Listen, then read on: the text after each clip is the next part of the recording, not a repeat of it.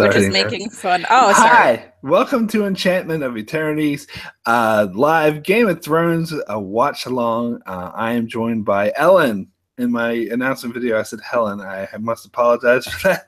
Actually, Ellen, whose screen name is Amy Rat 151. We've done these watch alongs before. Ellen, thank you so much for joining me for this. Sure. So we are going to watch the last two episodes of season 7 of Game of Thrones. Well, we'll start with episode 6 and probably get to episode 7. So pretty much everyone watching this probably knows how I feel about these two episodes. So I think it would be interesting to actually watch them and talk about them and criticize them. But I know Ellen's has some agreements with some of my criticisms, but also some disagreements. It'll be interesting to get into that. But I wanted to ask you, what is your overall feeling of these last two episodes? Well, I feel like the problems of the season are the most evident. And well, really, maybe just the one biggest problem was that it should not have been 7 episodes. And I mean, that's not a original thing to say. I think pretty much everybody has thought this, maybe agrees about this, is that so much of the season would have been better had it been 10 episodes, had they had that room to breathe and make things make sense. And I mean, I've said to you so many times, I have to do the work for a lot of the show to make things make sense. When Jaime attacked Highgarden is a perfect example for me. You asked, well, how did they conquer it so quickly, without a prolonged siege that lasted weeks and weeks? I mean, even in Riverrun, that siege lasted, a long ass time, time on Supernatural. Wow, we were just talking about that. But anyway, in Game of Thrones is shaky. The year edge of the show of Game of Thrones, has it taken place in over a period of 5 years or 7 years or 6 years or even 4? We really don't know. But anyway, we know in Riverrun the siege lasted a long time. But in Highgarden, it seemed to maybe it lasted, a day, and it was just the next day that, Jaime came in and talked to Olenna, or maybe it just happened in that same day. We don't know, if that fight even lasted a whole day, or if it was just a few hours. And my guess as to why that didn't last very long is that most of the Reach houses went over to the Tarly side, and maybe even a lot of those soldiers who were there had were raised at Highgarden, because sometimes children of other houses will be raised in other places, like Ned was at the Eyrie. So maybe there's someone there who was raised at Highgarden, who knows the castle pretty well, maybe more than one, maybe they've been stationed there, and served there, their military service there at Highgarden, whatever. I don't think that these are unreasonable things to guess, but still, I am doing the work for the show. The show should have made this clear. I should not be doing this work for them. This is the writer's job to make this stuff clear.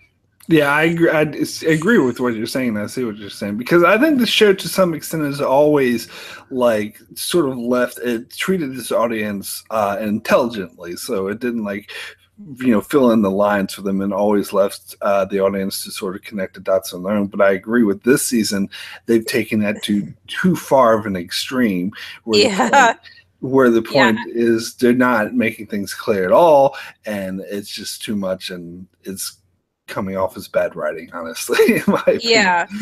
Yeah, for sure. Cool. So yeah, let's go ahead and start these episodes then. Let's start with episode 6. So I'll give everyone at home a chance to get set up so you can start. I'll do like a countdown. We can start at the same time. So we're starting after the HBO, thing goes, oh, and then pause it right when it's black. And then so we'll start it right when the theme song hits. Now, so I'll give everyone a chance to set up. But I know I'm going to get out of sync because I watch it on streaming service. It's a legal official streaming service in New Zealand. I pay $20 a month for it. But for some reason it goes a bit at a faster speed. I don't know why. Yeah. So I'm gonna have to keep readjusting. That's just annoying. It's not out on DVD yet, so I couldn't watch a DVD of it. Cool. Let's just see. Oh, in the chat, Iron Tron says instant siege, just add water. and the thing is like where you're saying about how much time took place to the siege, like we have no idea. It could have could have implied it could have taken weeks. Like we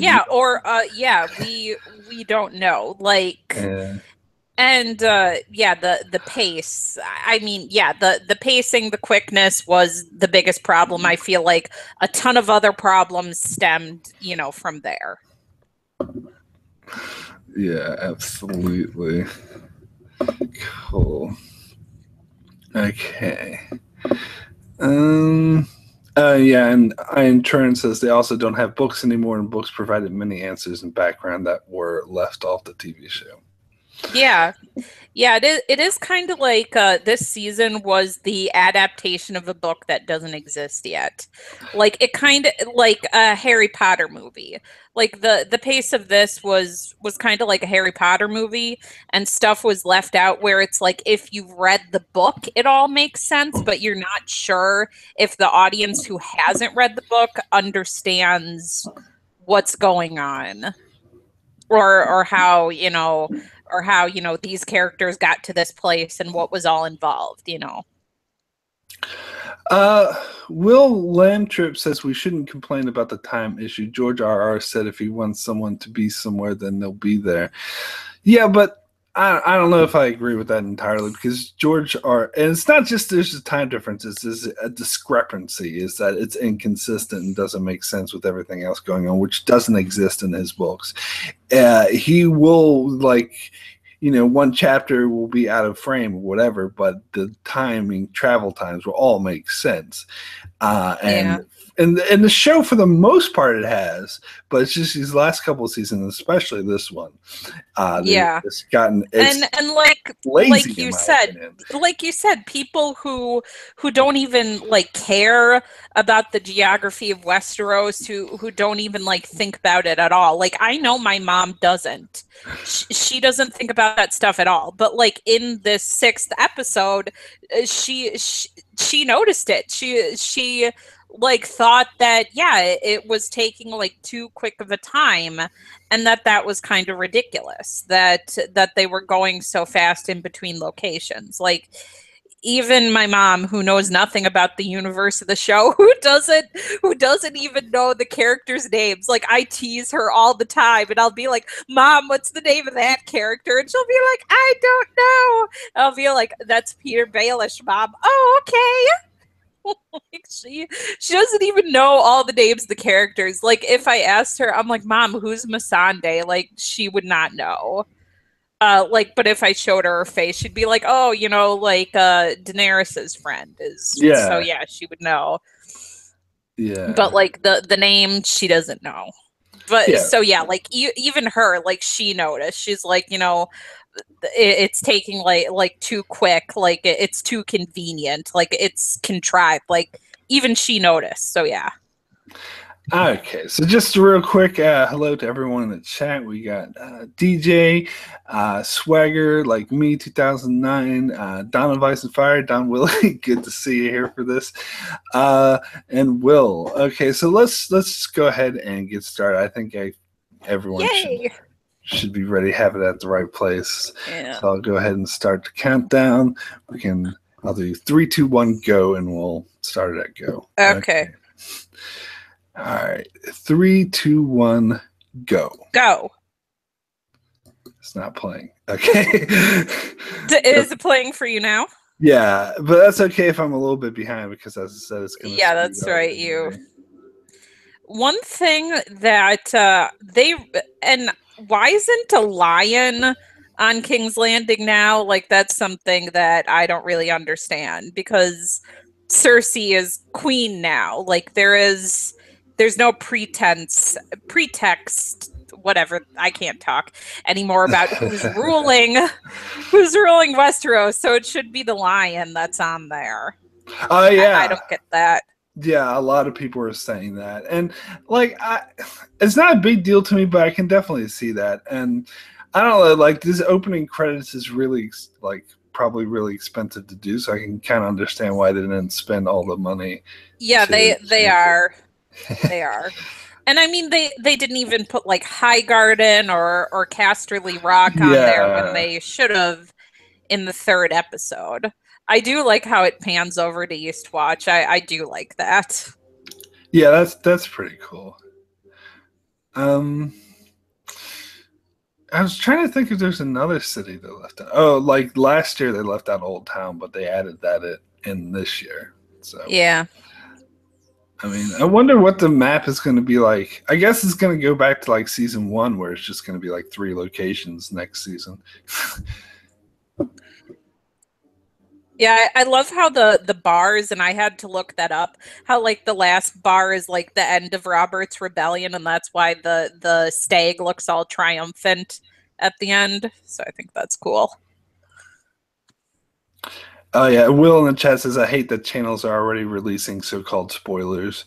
Yeah, I'm not gonna read any spoilers for season 8. Me either. Yeah. And like it's almost sad, like where it's like, who the hell is doing security on HBO that like they just totally fucking failed at their job? Where like especially everything was spoiled. Yeah. Where episodes, like whole episodes, were released, you know, like 4 days early. Like I know this episode 6 was leaked, and I'm pretty sure 4 was leaked too. Yeah, and like leaked, you could have gone and watched it online before.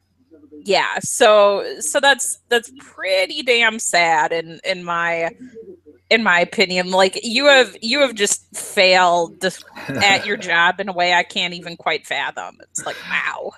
Well, about the lion on King's Landing intro, Don Willie says that they had the flayed man on Winterfell. They could have put the lion on the Red Keep. Yeah, that's true. And I did notice they changed it to the Boltons, and then they changed it back to the Starks. Back to the Starks, yeah. But now it's the Starks. I think that was kind of a bigger deal, though. But I suppose, I mean, I can see where you're coming from. But because they had Winterfell was on fire throughout season 2 and 3, and that was getting a bit annoying. No, I think it was 3 and 4 is when it was on fire. 3 and 4, yeah, you're right. Yeah, 3 and 4, yeah. But yeah, you're right. I mean, that's they. I guess Winterfell is more important to them. I don't know. I think it's more of a bigger difference, like with Winterfell, like controlled by the Boltons and then controlled by the Starks. That's I don't know. I think it's a bigger story point for me, but maybe I'm wrong. I don't know. Yeah, Tormund said his line about Mance being prideful. Oh, I like this part. Oh, it's the where Gendry is bitching about them. Yeah, I actually think that I take Gendry's side in this argument. I think yeah, me too. Be upset, but the Hound's reaction is just so typical. The Hound, you have to love it. Yeah, and the Hound has been so great this season in general. Like his storyline has also been the most organic, and you know, where I know you said like maybe they should have cut out, or maybe you said, or maybe I'm misremembering, the scene where he saw the father and the daughter and that they were dead and that they killed themselves, like that like that did a lot for his character. So like the where he was before he saw that happened, and then after before that he saw that happened, like there's a difference. So Yeah. like his transition. Well, what I know. said was I thought they could have cut that scene a bit short, but I do agree Yeah. that was a great character moment. Like I even said that Yeah. when I first saw the episode, is that I don't think so much that he changed in an instant, but it shows how much he's changed since his Yeah. experience living with Brother Ray or whatever his name is. Yeah. But I think that there is maybe like a switch that was flipped somewhere in Sandor. Maybe not. I mean, could be. I see it more as a gradual change, though. I mean, the switch might have happened when he almost died. Maybe. Yeah, and DJ says the Hound was great this season. I think he will end up with Sansa. What? Yeah, I think Sansan, that's the name of the ship, is I think that has a much stronger possibility in the books, especially because right. like in the first season versus in the first book, like it's Peter who tells Sansa what happened to Sandor. Well, in the book, like Sandor tells Sansa himself. So it's clear to me that they like had, priority. They prioritized Peter and Sansa's relationship and decided to start to build it in the first season and just kind of like pushed Sandor and Sansa in the background. I haven't gotten that far in the books. I really need to finish reading them. But in the first book, that was some of my favorite scenes in a Game of Thrones. Sansa scenes were the ones she had with Sandor because of like how he just totally called her out on like the bullshit that is like Lord and Lady courtesy and how it's basically just a show and it's totally fake. But so yeah, I liked that and I liked their scenes in a Game of Thrones, the first book. Don Willie says that the Hound and Sansa are closer to age in the books. I didn't realize that. But also, Drone asks what time we're at, and I think you're better to answer that question. I'm at Winterfell now. It's my all time mark snowy and is stuff. My time mark is 7:40. I'm at 9:20 something. Oh, did you have and the previous song? Arya is talking now. I'm at the same part you are. Yeah. Okay. Yeah, and she's talking about how she shot the arrow, and then Ned was all happy when she made the bullseye. Now, yeah, the thing about this Winterfell stuff in this episode is when this first when this first came out, I actually really defended it and said this was my favorite part of the episode. And I remember I did this discussion with Don Willie and my brother, and they were just going after me, saying it sucks. But the thing is like even then, I said it was dependent on how they concluded it, and how they concluded it in the next episode was horrible. And in retrospect, now that I know where they're going with it, I can look back on it and say this was not done very well at all. Yeah, and I mean, again, like so many things, the time, this might have actually have made sense, but I just, because people say, oh, they weren't close as kids, it's like, yeah, but there is, I think, quite a line between like, like bratty, little girl preteen crap and, wanting to murder each other. I think there's kind of too big of a, Grand Canyon like divide in between the two. And because it's so quick, like it feels inorganic. It feels too much like it comes out of nowhere. Yes, and absolutely. Especially because we're supposed to think that, Arya, after being with the Faceless Men and after, her experiences even in, with the Hound and with Tywin, like she's supposed to be smart now, and sneaky. She's not, like she should be smarter than this, and Sansa should be smarter than this, and they both should be smarter. And well, I do like some of the dialogue in this scene. Yeah, I do too. When Sansa rebuts Arya, I think she makes damn good points. Like, you should be on your knees thanking me. Yeah, I liked awesome. That too.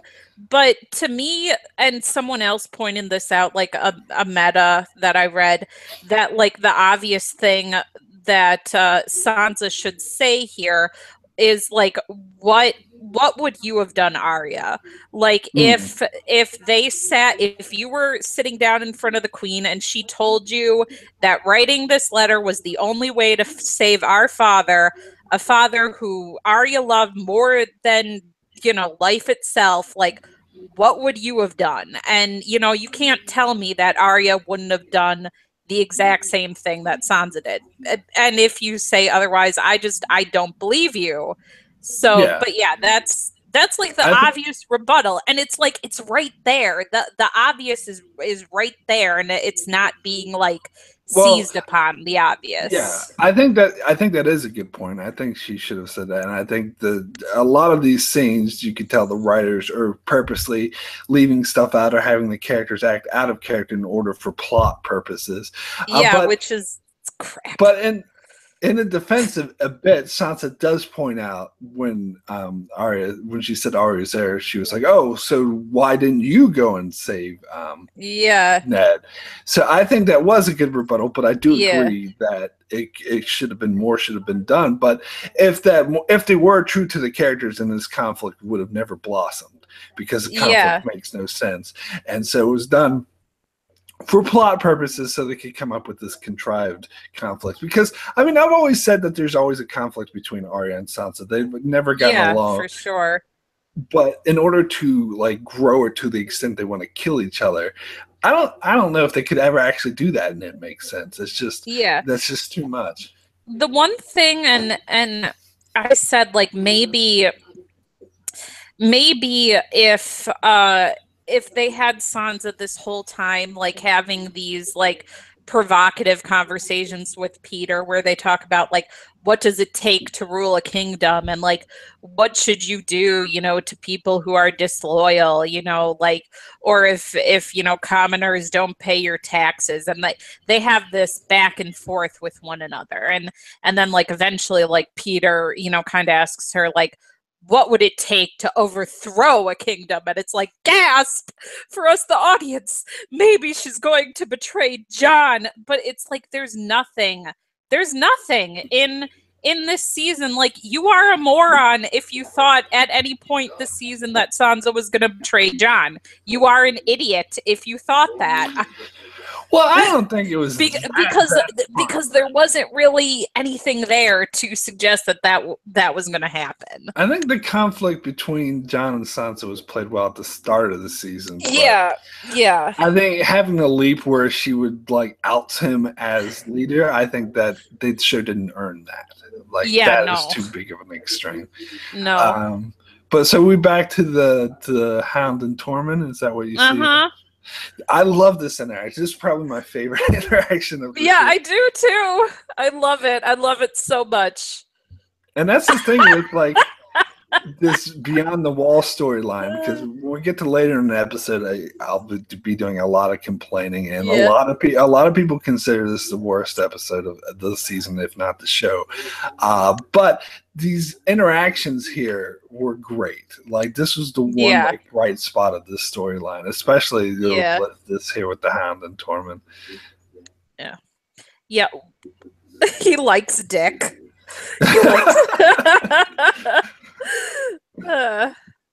Now, some people might say he was playing out fan service with the whole Tormund and Brienne thing, but I don't think so. I don't think so either. I do too, because like, I mean, Ygritte was considered like desirable among the wildlings, so obviously a woman who it's very clear she can take care of herself is a desirable partner, because I mean, she would be like somebody who can you know, get your back if you need it, like is the kind of partner that you need beyond the wall if you're a man. You know, like you need a woman who can hold her own. So yeah, I mean that makes sense.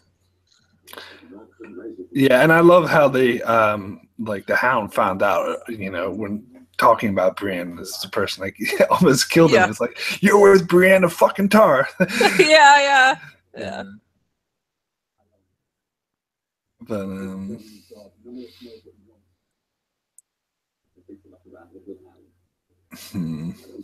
we kind of like we missed the conversation I had earlier with Jorah and Jon, where Jorah tries to give him out the sword. That was another good moment. I think. Yeah, I liked that too.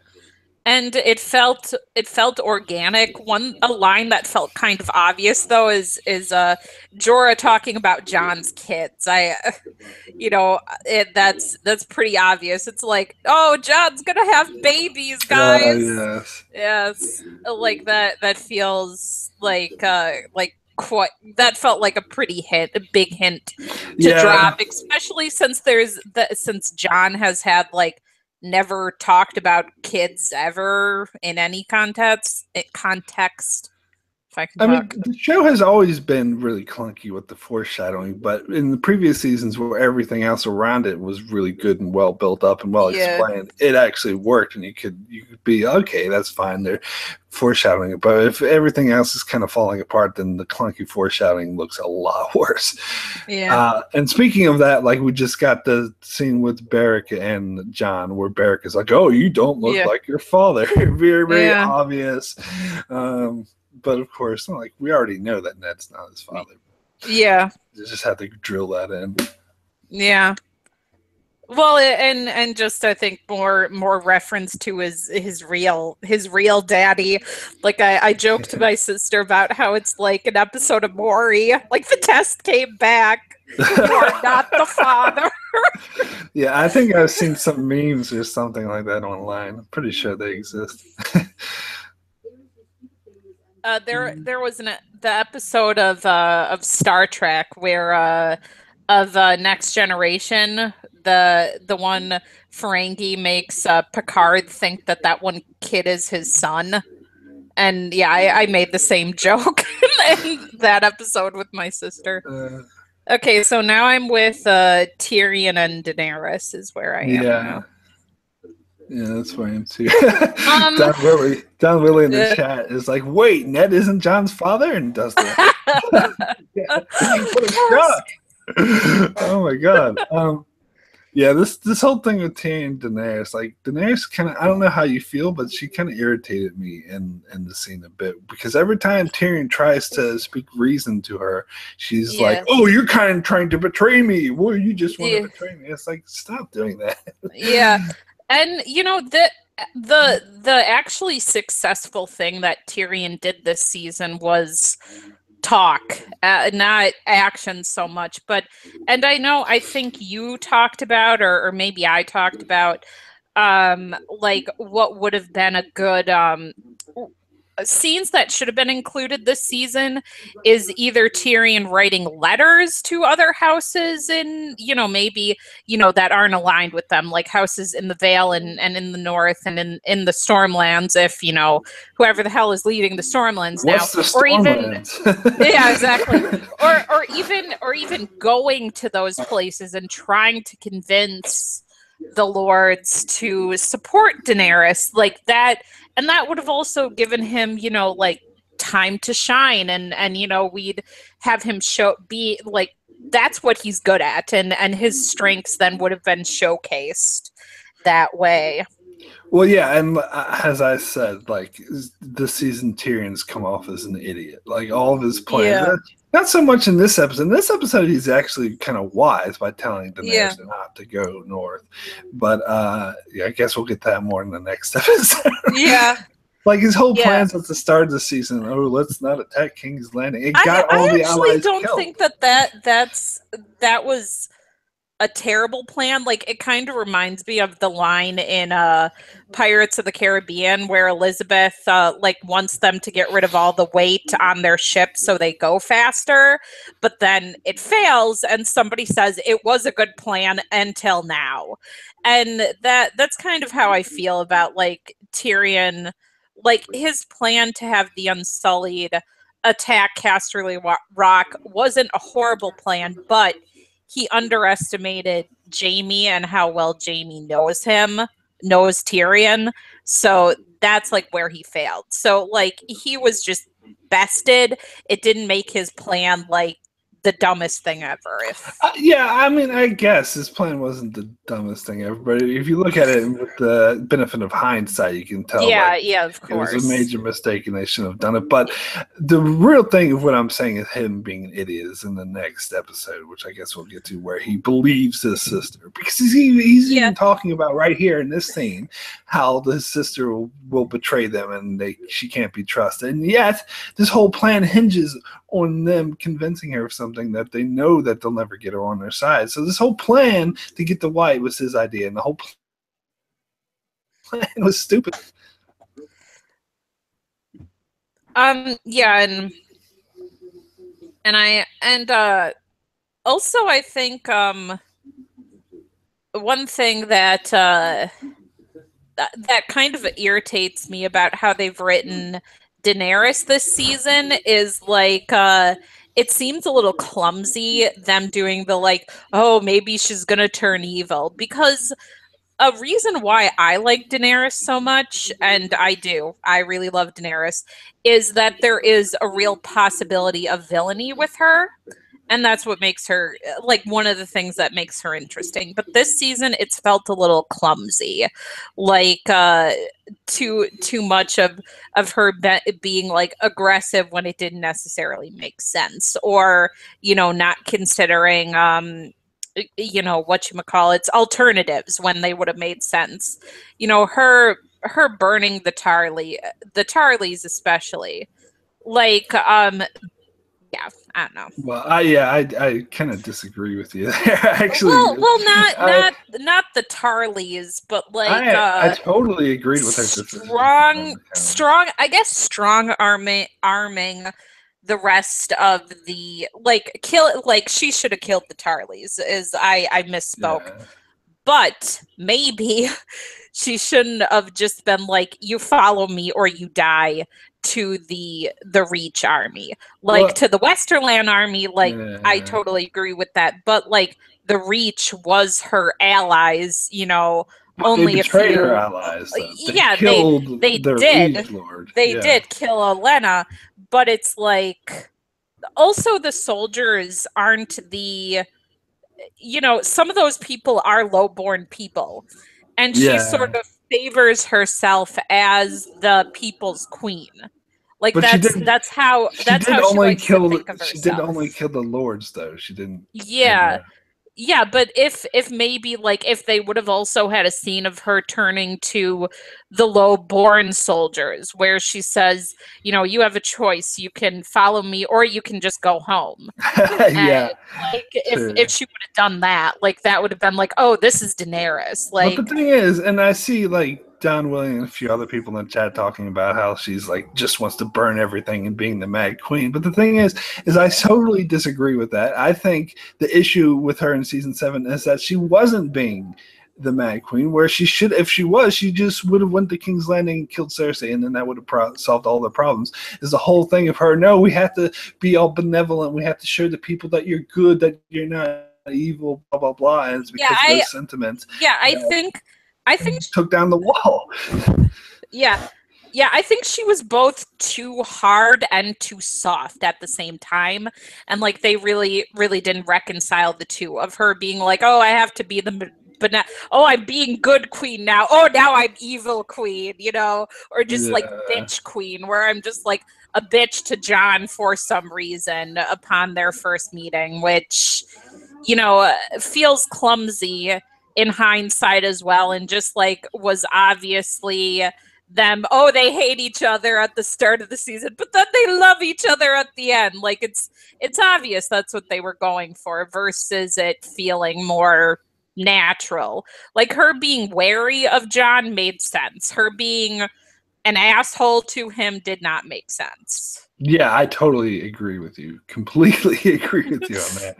All right, so we're going to talk a bit about this scene here with the polar bear. Stupid bear. Yeah, I actually didn't. This scene turned out better than I thought it would because I read this in the plot leaks before I saw, like months before I saw the episode, and I thought it sounded really dumb. But when I actually saw the scene, I was like, actually, this kind of works. Like, it wasn't that bad. Yeah. Although it is another one of those things in hindsight where it's like, this time, this money could have been used on something else that mattered more.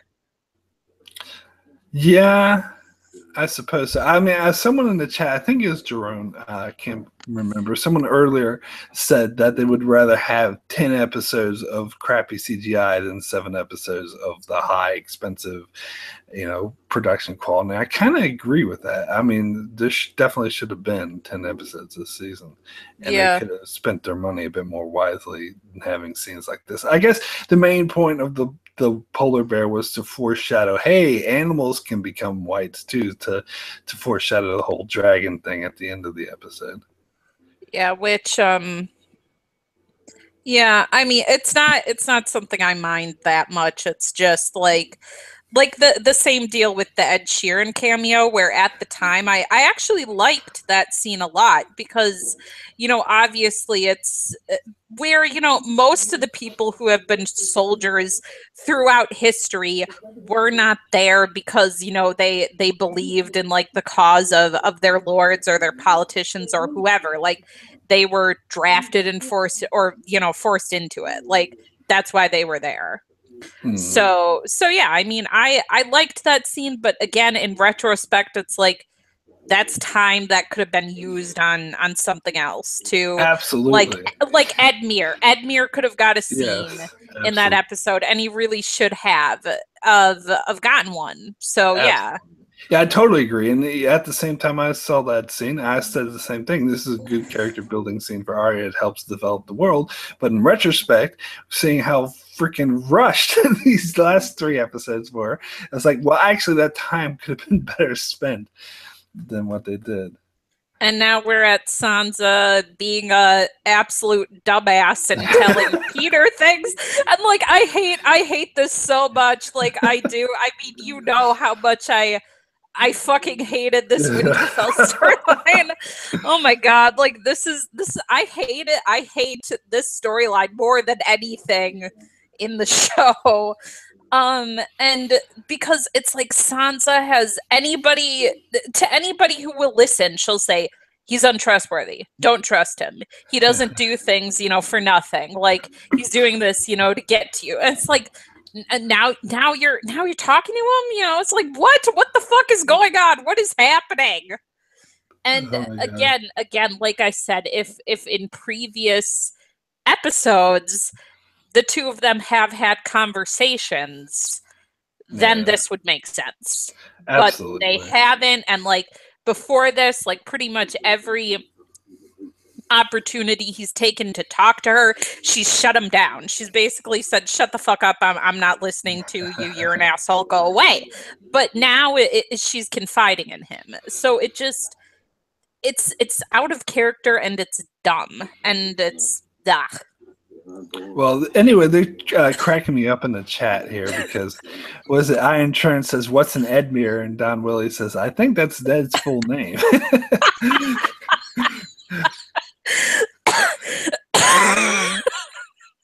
Yeah. Who's an Edmure? What's an Edmure? Yeah. But I will say real quickly about the Winterfell storyline. I agree with most of your points. I'm not a bit of an oddball. I don't think it was the worst thing this season. Like a lot of people were like, it's the worst. Like I had bigger issues with some of the other stuff. Yeah, I guess maybe because I love Sansa so much, like she might be my favorite character, that I'm just like almost personally offended by her storyline because, you know, she Yeah. means a lot to me. So I think they did more of a disservice to Arya this year, though, than Sansa. They kind of messed up. eh. And Littlefinger. It's like Mark. There is no winner. They all Yeah. yeah. It's like who wins? Who got the worst storyline this season? Like there are no winners here, only losers. Yeah. Colonel Doomsday says that Atkin Tomko's real name is Aegon. There you go. No, not supposed to tell him. God, we have to tell him. That's another thing that's like the dumbest fucking thing. Oh my God. We'll get to that. Oh God. And here's another scene I didn't have that big of an issue with. I know a lot of people had a huge issue of why these White Walkers and Whites are out on their own. Like, that doesn't bother me. There's any number of reasons they could be out on their own. Like scouting. Yeah, it doesn't need to be explained in the show. So agreed. I'm fine with that, but and I also like some people thought that the White Walker was killed too easily by Jon, but I think it's already been established Valerian Steel. Yeah, it really didn't. It's like the second time somebody gets stabbed, to bring up Supernatural again. The second time somebody gets stabbed and killed with the demon knife. It's like the first time when it was introduced in the third in the episode, like Ruby comes in and she's like doing all this like fancy kung fu with this knife and, you know, cutting up demons and killing them. And it's like, man, that's awesome. Then the second time it happens, it's like, whatever. Like, yeah, this thing can kill demons. Okay, cool. It's established. We don't need the pomp and circumstance anymore. I mean, the thing that kind of bothered me is the convenience and how this one White happened to be not killed when that White Walker is killed. Totally agree. Bit of plot convenience there. Yeah, and, DJ in the chat says, I don't want the Night King to be Bran, but I think he is a Starkarian. What? You heard the theory about that Night King is Bran? That's like a popular theory that's been going around the internet. Like he is time traveled? Yeah, like he time traveled back into that guy who got stabbed by the children and turned into the Night King. Oh, okay. All right. I think that is incredibly ridiculous. Yeah, it sounds like something. And I remember when I was big into Harry Potter, like I heard some of the craziest theories, and some of them were like sounded cool. And sometimes fan theories make me sad because the fan theory ends up being cooler than that how it actually turns out. And, that's always a little sad when that happens. Like, I don't know if this ever happened with Game of Thrones though. No, but other stuff. Yeah, Harry Potter, Supernatural for sure. I've heard way better fan theories than how the plot actually turns Lost. out. Yeah. Oh my God. That's probably a big example. Oh God, Lost. I mourn for you. I mourn for you and your terrible, terrible ending. And somebody pointed out a video I watched about how like Benjen should have been here from the start. Like maybe he should have joined up with these guys now. Yes, that's what I was saying. And the horse that he was on should have been given to Gendry to get him back in time now.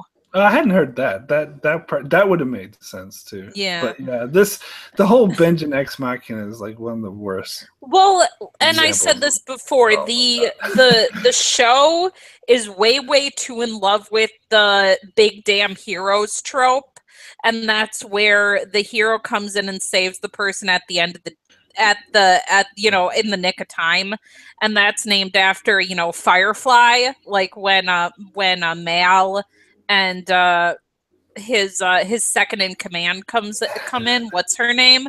And he's like, we're big damn, and she says that makes us big damn heroes, sir.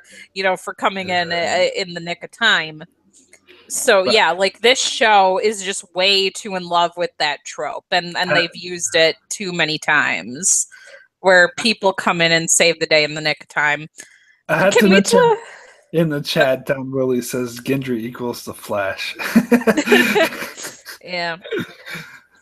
Yeah, I think the show has become obsessed with using that trope, the hero trope. Now it wasn't in Yeah. previous seasons, but it's just gotten worse. Well, like that's the with whole thing when about the Deus Sansa is Ex Machina. saved, when Yeah, Sansa is that saved, counts like too. Like I'm saying, the yeah, more recent seasons, not just season 7, but the more yeah, recent seasons. I agree. Yeah.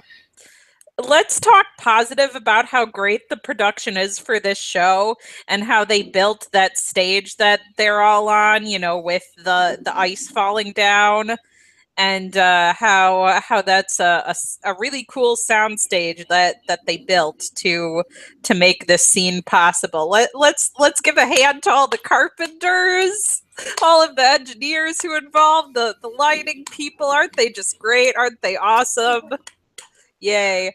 But yeah, that the one thing you can definitely say, I think the quality of this show in terms of like the production in it is the same. It's really the writing. Well, it's better. Like I would think this is probably the best production value they've ever had because they have more money to throw at it. Yeah. Episodes, but it's like someone was saying earlier. I'd rather sacrifice some of that in order to have better storytelling because storytelling is at the heart of it.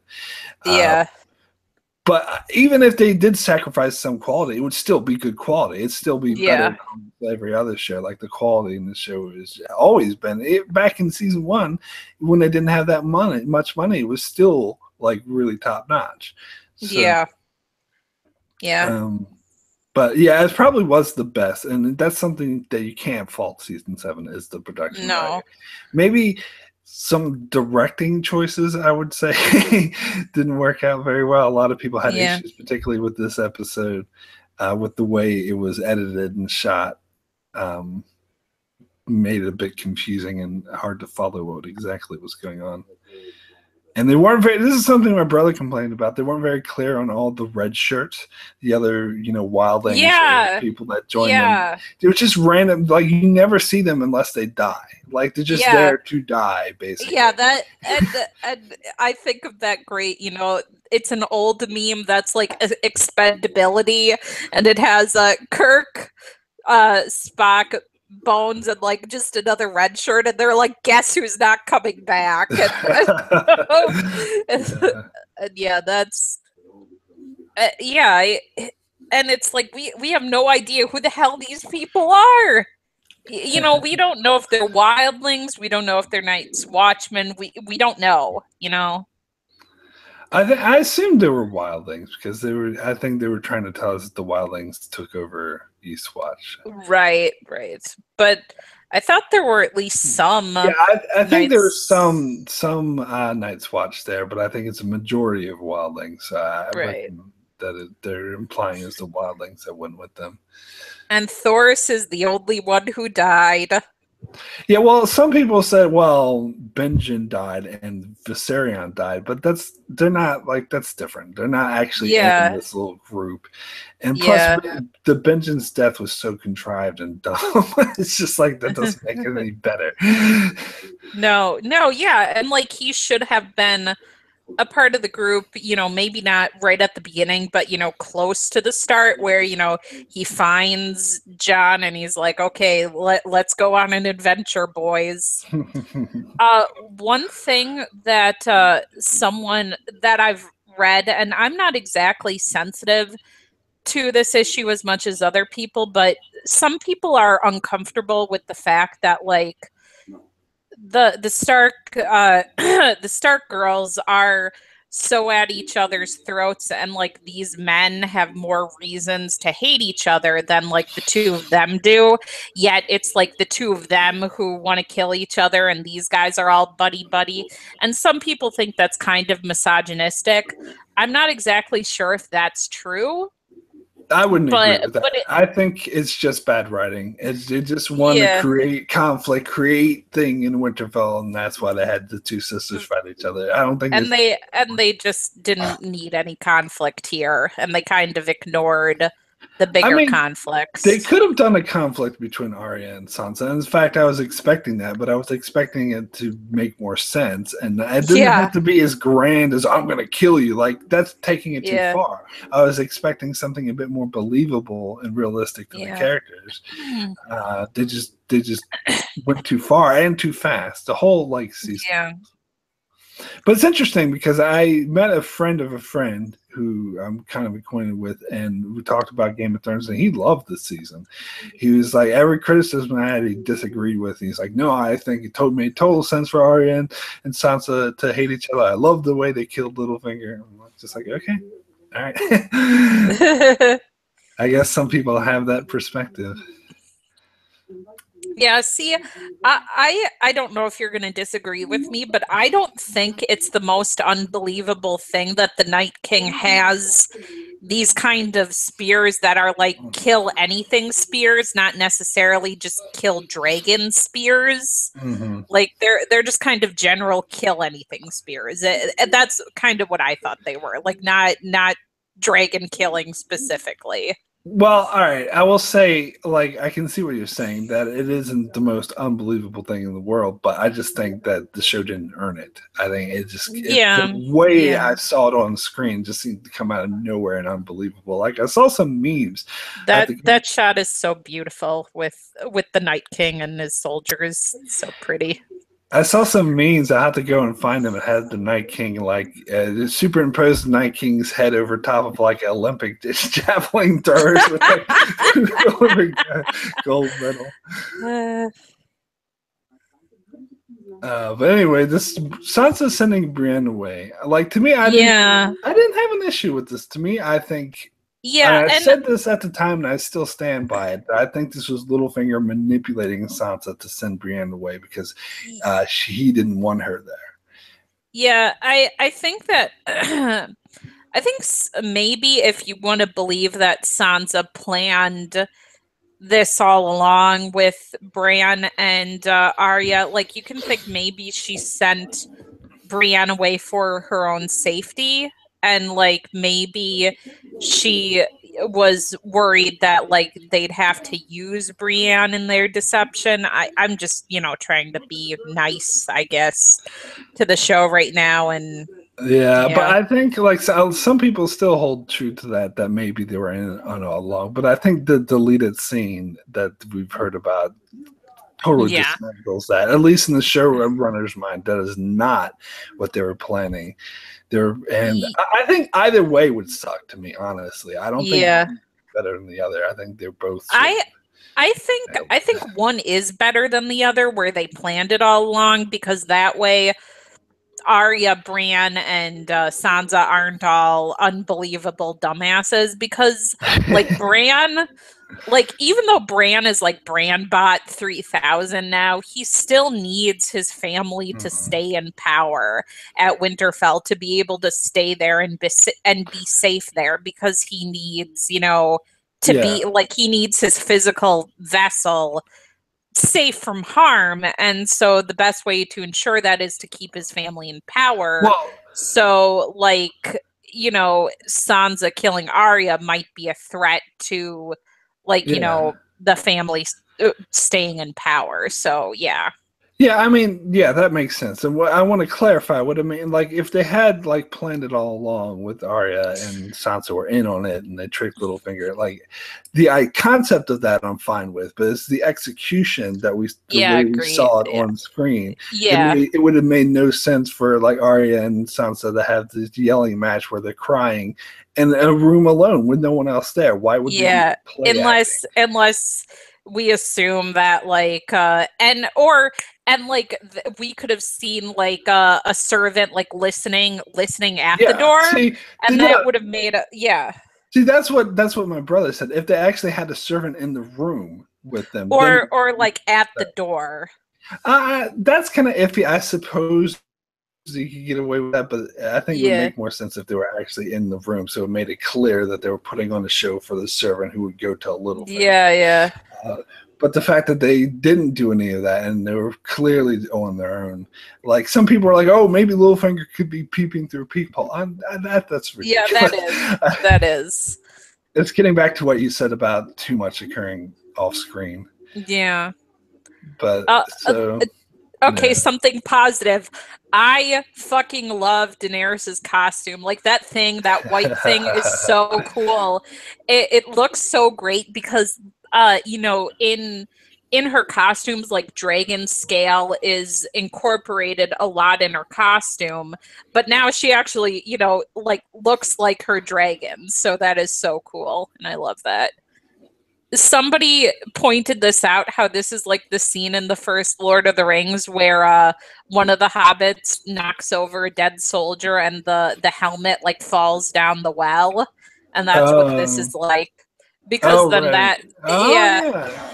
Well, see, but speaking of Lord of the Rings, this is an issue I had with this, is because Game of Thrones typically has always been like, it's hard. It's not like a Steven Seagal movie where one guy can kill 30 people at the same time. They usually have it where it's like no one is that good of a fighter. But here you have 7 people fighting off an entire army of undead, unstoppable zombies.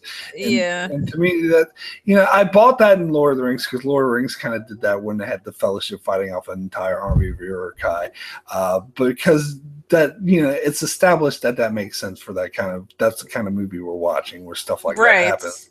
Where here Game of Thrones has clearly been established as not the kind of thing that happens in this world. Particularly with Barristan Selmy, how he got killed by a bunch of harpies, even though he's an excellent fighter. Is if you're outnumbered, realistically, it doesn't matter how good of your fighter you are. But here, freaking undead zombies, and oh god. Yeah, I totally, I'm not disagreeing at all, and it is, you have pointed out, other people have pointed out that it's totally ridiculous that only who died? Thoros of Myr died. Yeah, Thoros. Like no one else died. Like it was just him and some red shirts. Like not even Beric Dondarrion died. Well, this scene right here, I hope you're up to it. The same where where Tormund almost died. I actually thought he was going to die, and I was like, wow. Even as much as I love Tormund and didn't want him to die, I thought this would be a brave decision for the show. Wow, the show's really going there. But no, someone comes and saves him at the last minute, like always. Yeah, I'm not quite to where he's about to die yet. Okay, let me pause it then. I'm ahead of you. Maybe... okay, so flaming sword, Jon killing a flaming dude, trying to grab the captive wight they have, exploding skeleton. Okay, here comes the guys to take down they're all grabbing Tormund. Or no, wait, that's just a white shirt, I think. Yeah, or red shirt. Red shirt's dying. I feel I'm just narrating it now. Yeah, that's all right. Just let me know when you get up to the point where the Hound's about to die. Then I'll impulse. I mean, not the Hound, Tormund. Or Tormund. Yeah, when Tormund's about to, because I'm at the end of that. Yeah, it is, and I, where like 6th season was off book 2, but it's like they still had the Winds of Winter where they killed a bunch of people, and it's like where that's like Game of Thrones for that to happen. Okay, they're killing them now, or trying to. Okay. Help me, he says. Coming out of the frozen ditch thing. They're pulling him out? Okay. Yeah. Or they're pulling him down. Yeah, I mean, I totally thought he was gonna die. And then a big damn hero moment. The Hound saves him just in the nick of time. I'm conflicted because I love the Tormund and I don't want him to die. But still, it's like if the way to do it makes it feel like everyone has our indestructible plot armor. No main characters can die, and that's and why the hell aren't the zombies coming from the other side? Like that's something I thought while I was watching this the first time. I'm like, why aren't they attacking them from the other side? Like, there's no reason for them to not be, like, because they're coming from this way. Like they should be coming from this way too. Like the island that they're on is not that tall. Like, they should be climbing over each other to get on top of it. Like, that's true. Yeah. It's ridiculous. And also that and red now shirt. you see red shirt. He instantly died. Like, but Tormund was sitting there hanging on to life for a long time, but the red shirt, as soon as he touches white, instant death. It's just ridiculous. Yeah. And I guess now they're coming from the other side, like just now, but it seemed to happen a little too slowly. I don't know. Ashley in the chat says Chuck Norris for Game of Thrones, the way he shows going. Absolutely. I wouldn't be surprised. And then the Dragon Ex Machina. Now, some people, this to me was way too telegraphed. Like, some people compared it to the Vale army coming to save Jon and the Battle Bastards, but to me, this is worse. It just seemed like so telegraphed. Like, I remember, like, when I first watched the episode for the very first time, I did a countdown. That looks Dragons beautiful. 5, 4, 3, 2, 1. Here we go. Yeah. Yeah, it is beautifully done. Great. Yeah, it is. Effects. It is so pretty. Like just like that orange cutting through that blue white just looks great. I like the episode 4 dragon action better, even though the special effects were just as good. The story was better. Where here, it's good special effects, but the way it's executed is a bit. And why doesn't Jon get on the dragon? Yeah, that's what my mom said. My mom said the exact same thing. My mom was like, "Get on the dragon, Jon. Get on the dragon." This is like, "Oh, Viserion's dead. What the fuck ever? Get on the dragon. Who cares? Get on the goddamn dragon." You know why he didn't, though? I love my mom. Plot purposes. That's exactly why he did. The plot. Yes. And somebody said that how, like, Viserion should have dived in front of Daenerys to make his death way more, poignant and like heroic. Like he was saving his mom.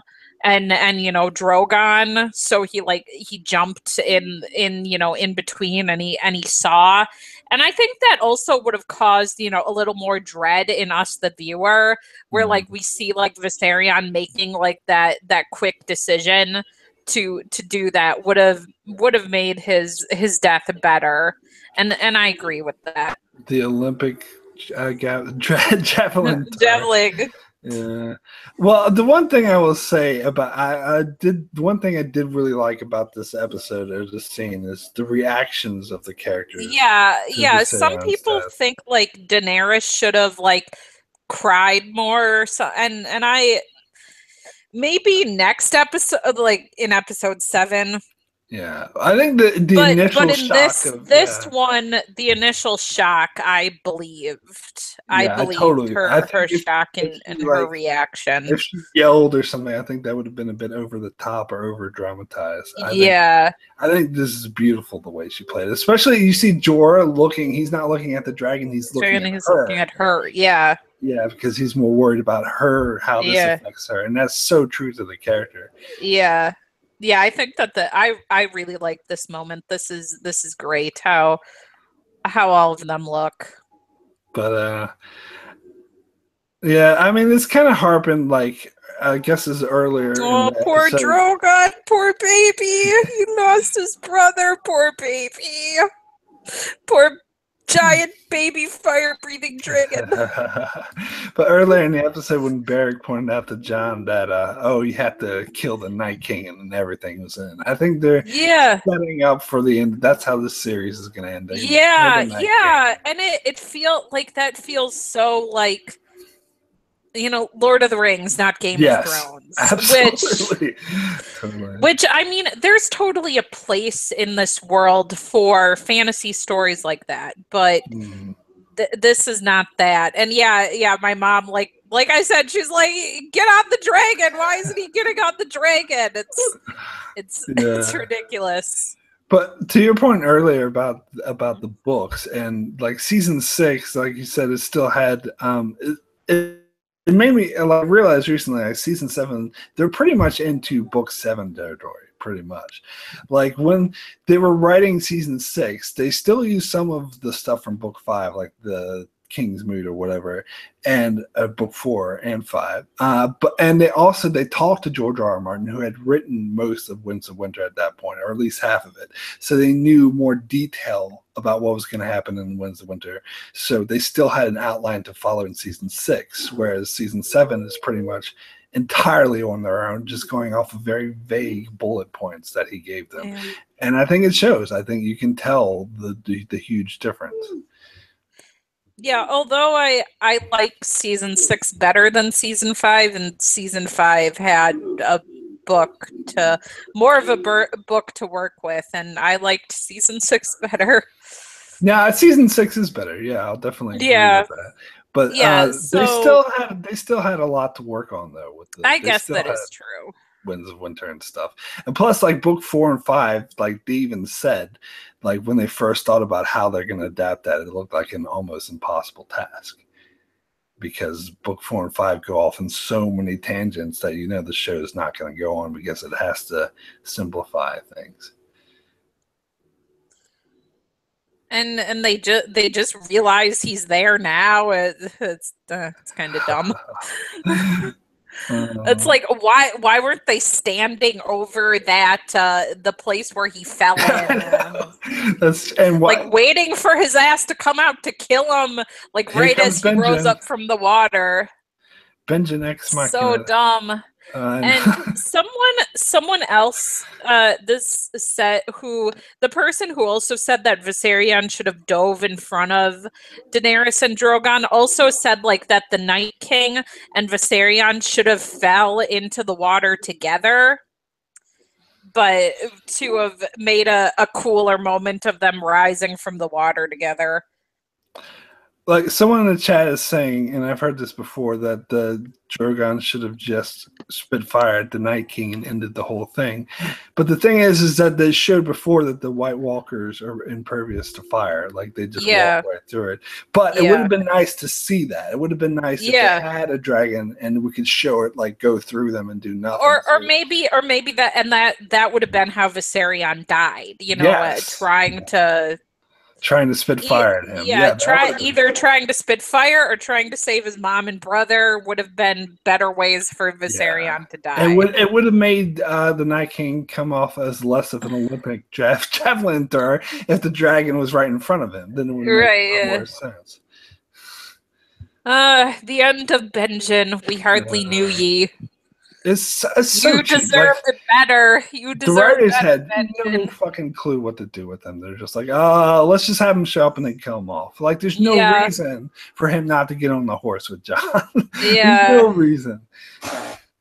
Yeah, I mean, maybe if they would have established more like that Jon was like literally fighting like the Wrights were like right next to him and like he could barely move because like they were all coming at him and like Benjen kind of takes Jon's place in like the death mosh pit thing and just hoisted him on the horse and maybe that would have been more believable if I'm making any sense at all. No, that doesn't make sense. There's ways they could have done it better, but I think the best way is what you said earlier. Introduce Benjen to the story earlier. That would have made it so much better. But I just wanted to point out, Iron Throne in the chat says, but can the White Walkers survive direct dragon fire versus random fire? That's a good question. I wish they addressed that in the show. That would have been good if they at least showed. Maybe if dragon fire does kill White Walkers and have them kill random White Walker, not the Night King. But if it doesn't, then show them rushing at the Night King, spitting fire, and show definitively that dragon fire doesn't kill White Walkers. It would have been nice to see that. And they don't show Rhaegal for some reason. It's just Drogon. This really bothered me, especially like I needed to know. I needed reassurances that there's still 2 dragons left. Yeah, that Rhaegal's okay. That he made it out all right. Like I knew intellectually that he did because we didn't see him die, and we do see him in the next episode. But it just would have been nice. It would have been nice if they showed him. Yeah, and the back of her dress, like that is so because it's like the back of a dragon. Like that is so cool. I love that. Yeah, I will so agree much. with that. That is a good costume, but it's like you're saying, like the production, like costumes included, are always on point in the show. Yeah. And really good this. Yeah, and I love Sansa's, like how, in one of her dresses, like she has little, like the like little like feathers, like ravens, like which was like her one black dress, when she comes down the steps. So it's like a reference to that, like a reference to her connection with Peter Baelish. She has one that's like a cross, like that it looks like cross, cross, like a scales almost, and that's supposed to be like Tully-ish, and that's like a reference to her mom. So yeah, like the costumes are really awesome still, and costumes, so much of this show, they tell the story in the costumes as much as anything else. Yeah, but I want to get back to complaining. Yeah. In the chat. Like this dress, like you can see like the feathers in the front of her dress. Yeah, no, the costumes are good. Yeah. But yes, let's complain more. Let's not be nice. Let's be mean. But in the chat, someone was saying that it wouldn't have made sense for Benjen to go with Jon because it would have dragged the horse down. But I'm not sure if I'm quite buying that. It just seemed a bit crazy how it just popped out of nowhere and just said, that's it. I'm dead, and doesn't even try to save himself. But the thing is that Jon should have died of hypothermia. Like he was in a frozen they all lake. should have died. They all should have died. He fell in a frozen lake. He fell in the water. First of all, he shouldn't have been able to climb out because that kind of cold like freezes you and like freezes your muscles and you're not able to move. Yeah. And the fact that he rode all the way back to the wall when dripping wet in the Arctic after being in the Arctic water, there's no way he plot armor. Exactly. Some people are saying, it's because he died before and came back to life, but that's not been established because Beric has died off of anything that can kill people. So it hasn't been established that being brought back to life makes you impervious to anything. So I don't buy that as an excuse. So now, you see, one thing that maybe I would have been okay with is if Arya was like playing the game of faces with Sansa the whole time, and like she was just trying to shock Sansa into showing her the truth, like where her true loyalties lie. Like I would have bought that, like versus idiot Arya. Yeah, I mean, we needed something. We needed some more explanation of how they can have this scene where Arya threatens to kill Sansa, and how they, in the next episode, they're just chatting. Oh, we're all good, happy sisters. Yeah, we're happy sisters again. Like it doesn't. It's not earned at all. Does not exactly. It does not jive. You need a lot more to explain. Okay, how can they go from this to that? Is point A to point B. And also, how do they get from like in season 4 where they have a pretty happy reunion, or in episode 4 they have a pretty happy reunion, and then like they're fully prepared to murder each other only like 3 episodes later, where that they seem pretty happy to be with one another again. Yeah, that letter was just not enough. The letter is weak evidence. I mean, yeah. It would have made sense if it had like Arya doubting Sansa or doubting that she wants to be the role, but to the point where she's like, "I'm going to kill you and wear your face." That's just too much. Yeah. But yeah, and also how Arya seemed to think like, or did she just like forget or misremember when Sansa like fainted after their father died, like thinking she was up there cheering Joffrey killing their father? It's like, no, and Arya was there and she saw like Sansa collapse and cry and beg and plead to not kill Ned, and it's like, why are you acting like such a dumbass, Arya? Or just like totally misremembering. Why are you misremembering? What's going on? Like I guess that's my biggest like feeling from the Winterfell story, from episodes 5, 6, and 7 is what's going on. Like that's my my biggest like question. Like I don't understand this. Like, why is this happening? What's going on? All right, so I want to talk a bit about this scene. I have something Okay. that might be a bit controversial to say, is that because I complained about the boat sex scene between Jon and Daenerys in episode 7, but I'll honestly say if that would have happened here, I would have been more okay with it, because even though Jon's like near death and he was in a bad position, well, he's fine. He the, just brush himself off. yeah, He's fine. exactly. But it's more of the emotional connection between these two characters in this moment. I totally bought, and I think it paid it Yeah. off. Whereas in the next episode, when they actually do it, it just seems to come out of nowhere. It just seems like all of a sudden, hey, knock on your door, let's have a booty call. It just seemed a bit like a bit more questionable. Where if it happened here, it would have seemed like more of a natural reaction to their emotions in this. Yeah. Well, she is a bit She is a bit teary here. I would have liked more tears, being more pain, Daenerys. Yeah, and like one thing that people who love Jon and hate Daenerys like think is ridiculous or they didn't buy is Jon like yielding the North to her, and it's like, what? Of course he would. Like Daenerys just proved that she is totally in this fight, that she's willing to fight shoulder to shoulder with the people of the North. She's with them in this fight all the way. Of course he's going to be like, okay, the North can be one of your kingdoms, Daenerys, now, because you've proven to me that you really care about the North and its people. Because, like, Northern independence is not something that Jon has ever cared about, Yeah, I completely agree with you. So, Agree. like, for this to be this sacred thing that he, holds on to no matter what is dumb. And people who are fans of Jon and Sansa, like, sort of think that that's a thing for both of them when it's not. Like, Northern independence isn't a huge deal to Sansa either. Like, she's pissed at Jon for yielding to Daenerys because he didn't consult her first, not not the idea of having the North be one of the 7 kingdoms again. Like, that's not what she's mad about.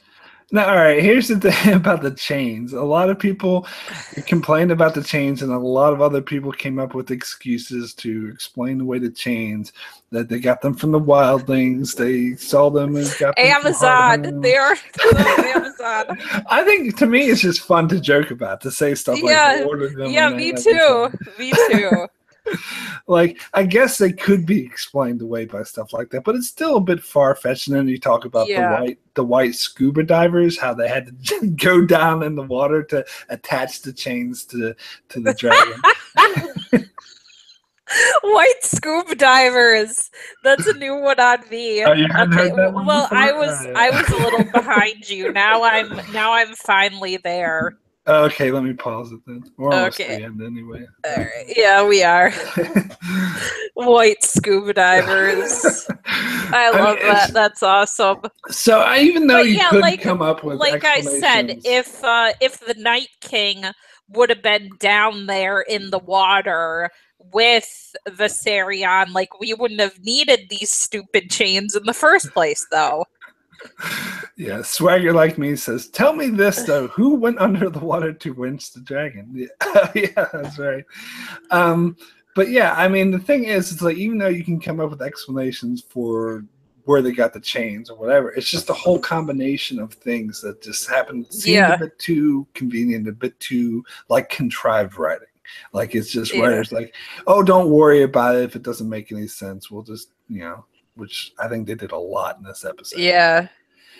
I mean, and I think that's why a lot of people thought this was the worst episode of the season. But I actually didn't think it was the worst episode of the season. I thought the episode 5 and 7 were worse, because logical issues like bother me. But to me, it's not the biggest thing. It's more of the inconsistent character writing that pisses me off. Again, like I said, there really is no winner here. They're all losers. Yeah, that's absolutely true. Yeah, there really is no winner here. Are we gonna take a break? Yeah, I need to hit the head. Me too. So just guess we'll pause it, and you guys in the chat can talk amongst yourselves. Yeah, have fun. Well, we're gone. All right.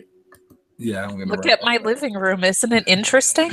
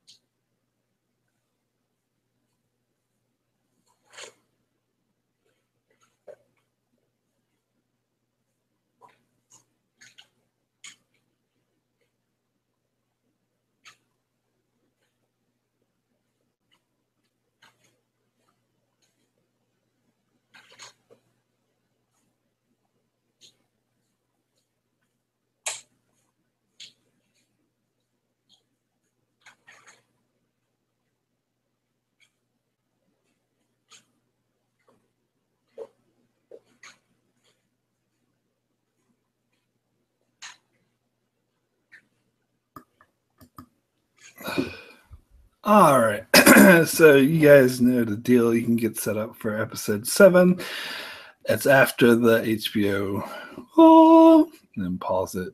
I think I'll do that right now myself. What's going on in the chat?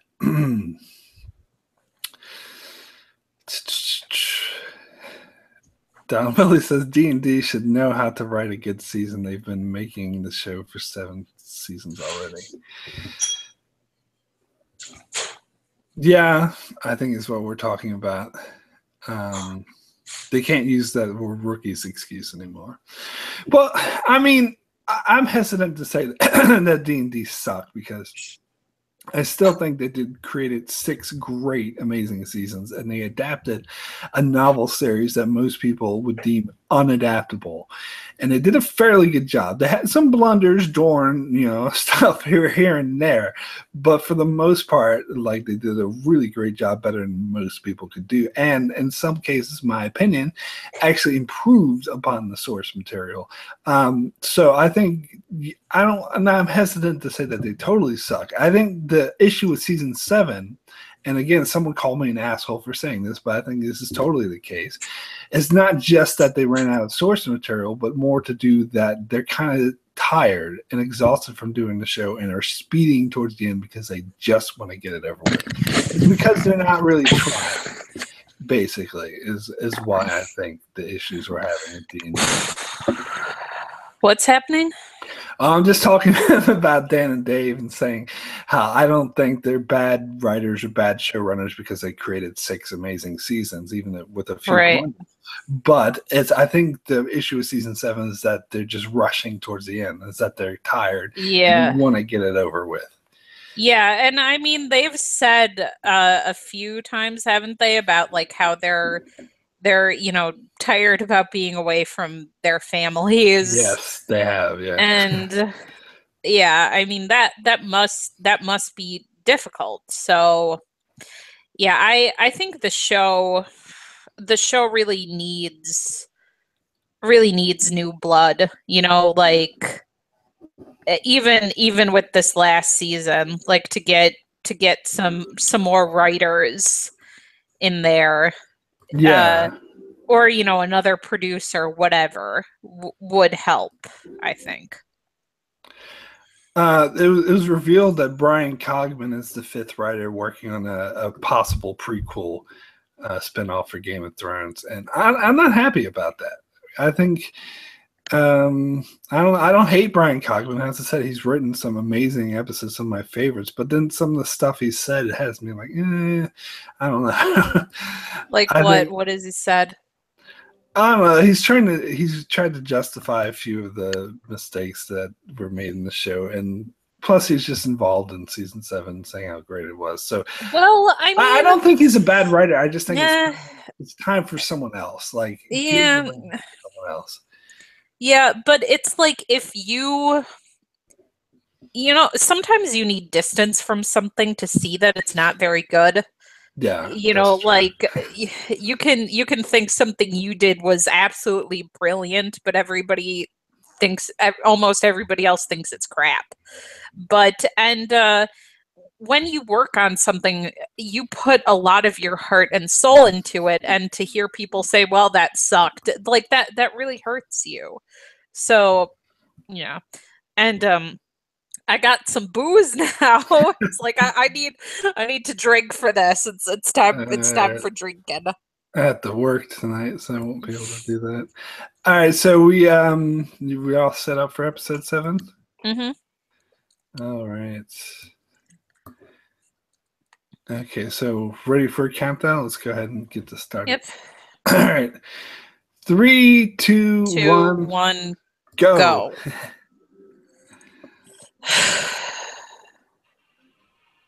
I forgot that this was an even longer episode, but yeah,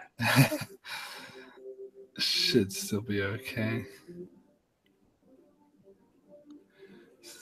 Didn't get as much sleep last night because of daylight savings. Oh, we don't have that yet. That's not happening just yet to us. In the States. You guys are getting an extra hour too. I lost an hour. Yes. Don Willie says Brian Cogman owes his career to Dan and Dave, so of course he's going to say everything in the show is awesome. Well, that's true. That's fair enough. And to be fair, like, I agreed with Brian Cogman when he defended the whole Sansa wedding night in season 5. Like, me too. Did you ever hear the commentary? He was like crying because of some. Yeah. I totally felt for him that moment. I think people were being fair to him. I did too. And one thing that was kind of strange for me about that is like, the same thing happens to Jane Poole and worse. Worse, yeah. Yeah, worse. And it's like, and you're upset. I mean, understandably about Sansa, but it's like, shouldn't have you saw that coming? Like, and so many horrible things had happened to characters before then. It's where it's like, this is the kind of show this is, this is the kind of show Game of Thrones is. So it's, that's something you accept when you watch it, that horrible things like that happen to characters you really, really love. So here we are with Grey Worm and the Unsullied, who magically appear at King's Landing. No mention of the journey from Castle Rock. What happened to Castle Rock after the last? What happened to the Westlands? What did they do? How did they get there? Nothing like that. It's just here they are, King's Landing. No explanation. Yep. And if all the Westerland, I assume some of the Westerland army is still in the Westerlands, but did they all go? Like, what portion of their forces went to Highgarden? And you said that before. Like, there's no like percentages ever given. Like half our forces, a quarter of our forces. Like we have 4,000 and we lost this amount. Like, not even vague terms. Yeah. Completely skipped over. Yeah, with and that would have made the loot train battle seem more like I know to you like it seemed like a more definite victory, but to me it didn't. Like it was only one battle, you know?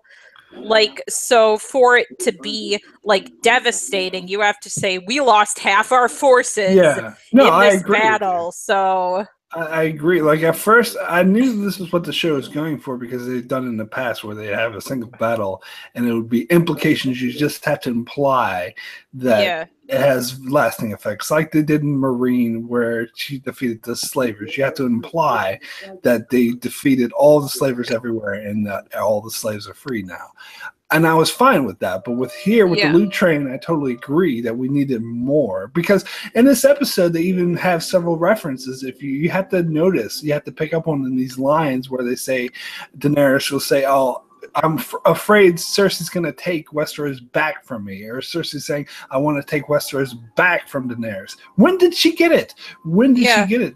There was no explanation of when she actually what she owns. Yeah. Or, yeah. Yeah, and I know we mentioned how there should have been like Tyrion or anybody talking to the varying lords of the continent to be like, okay, these people are on her side now, these people are Yes. on her side, this is the percentage that are on her side or her side. Absolutely. All you need is in that one scene we got in the last episode with Tyrion and Daenerys, have a line, throwaway line of Tyrion saying, starting the episode, or starting that scene by saying, "Oh, these are the lords who joined our side and blah, blah, blah, and this is what we own." That's all you need. Like, you can solve this problem in like 10 seconds.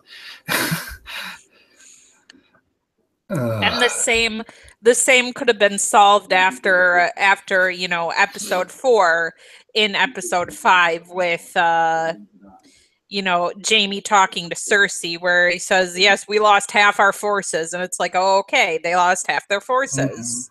Yeah.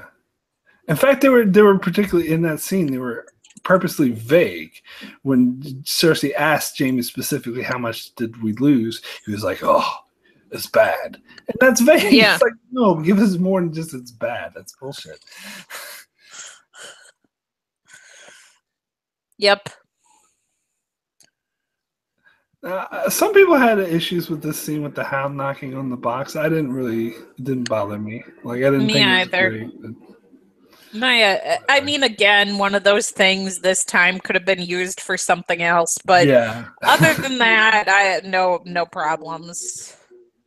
I mean, a lot of people do like this episode a lot and disagree with my hatred of it, and Well, they I point don't mainly to hate this it. part of it.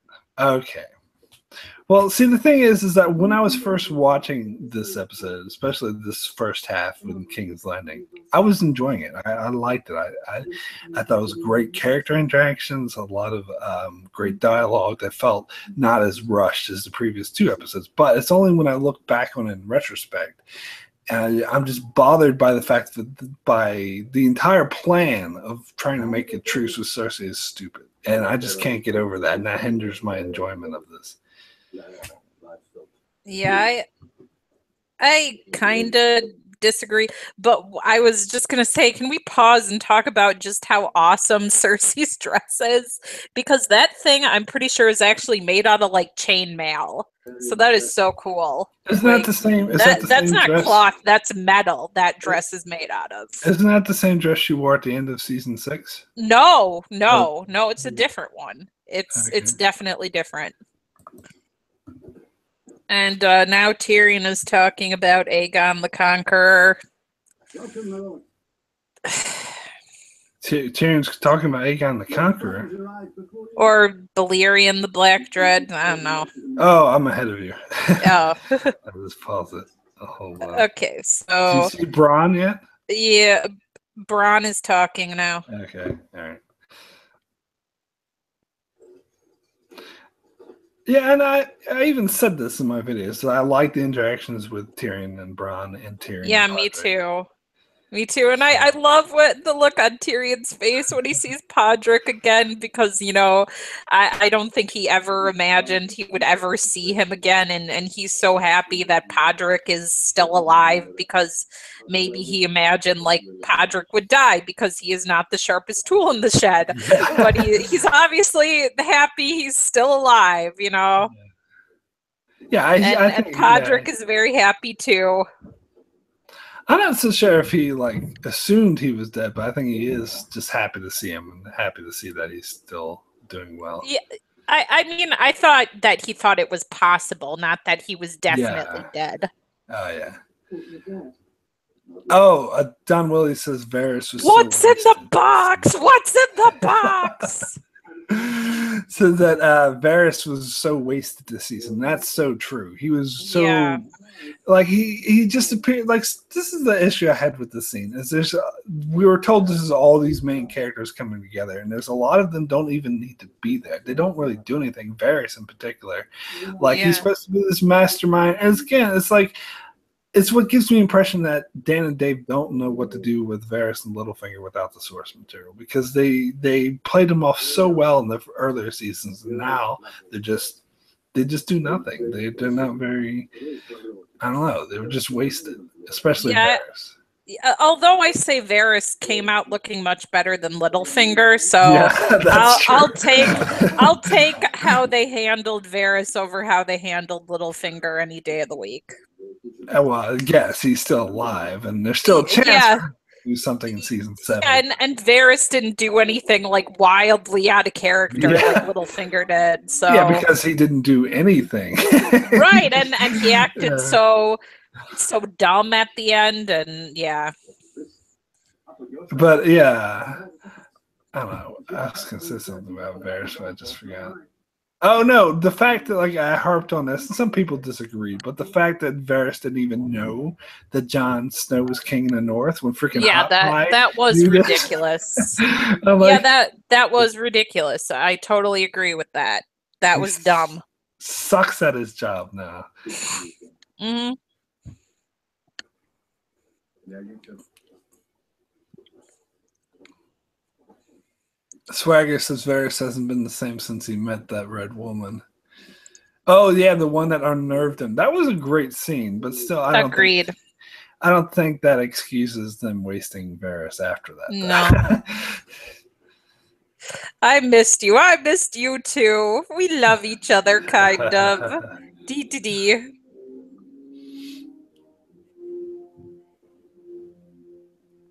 Colonel Doomsday says Varys had a drink with Tyrion. That surprised me. That was a nice little character moment, I reckon. Yeah.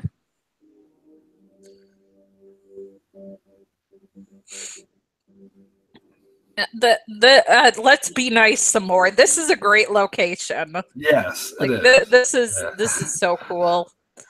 I mean, if ever we want to be nice, all we have to do is talk about the production value. Yeah.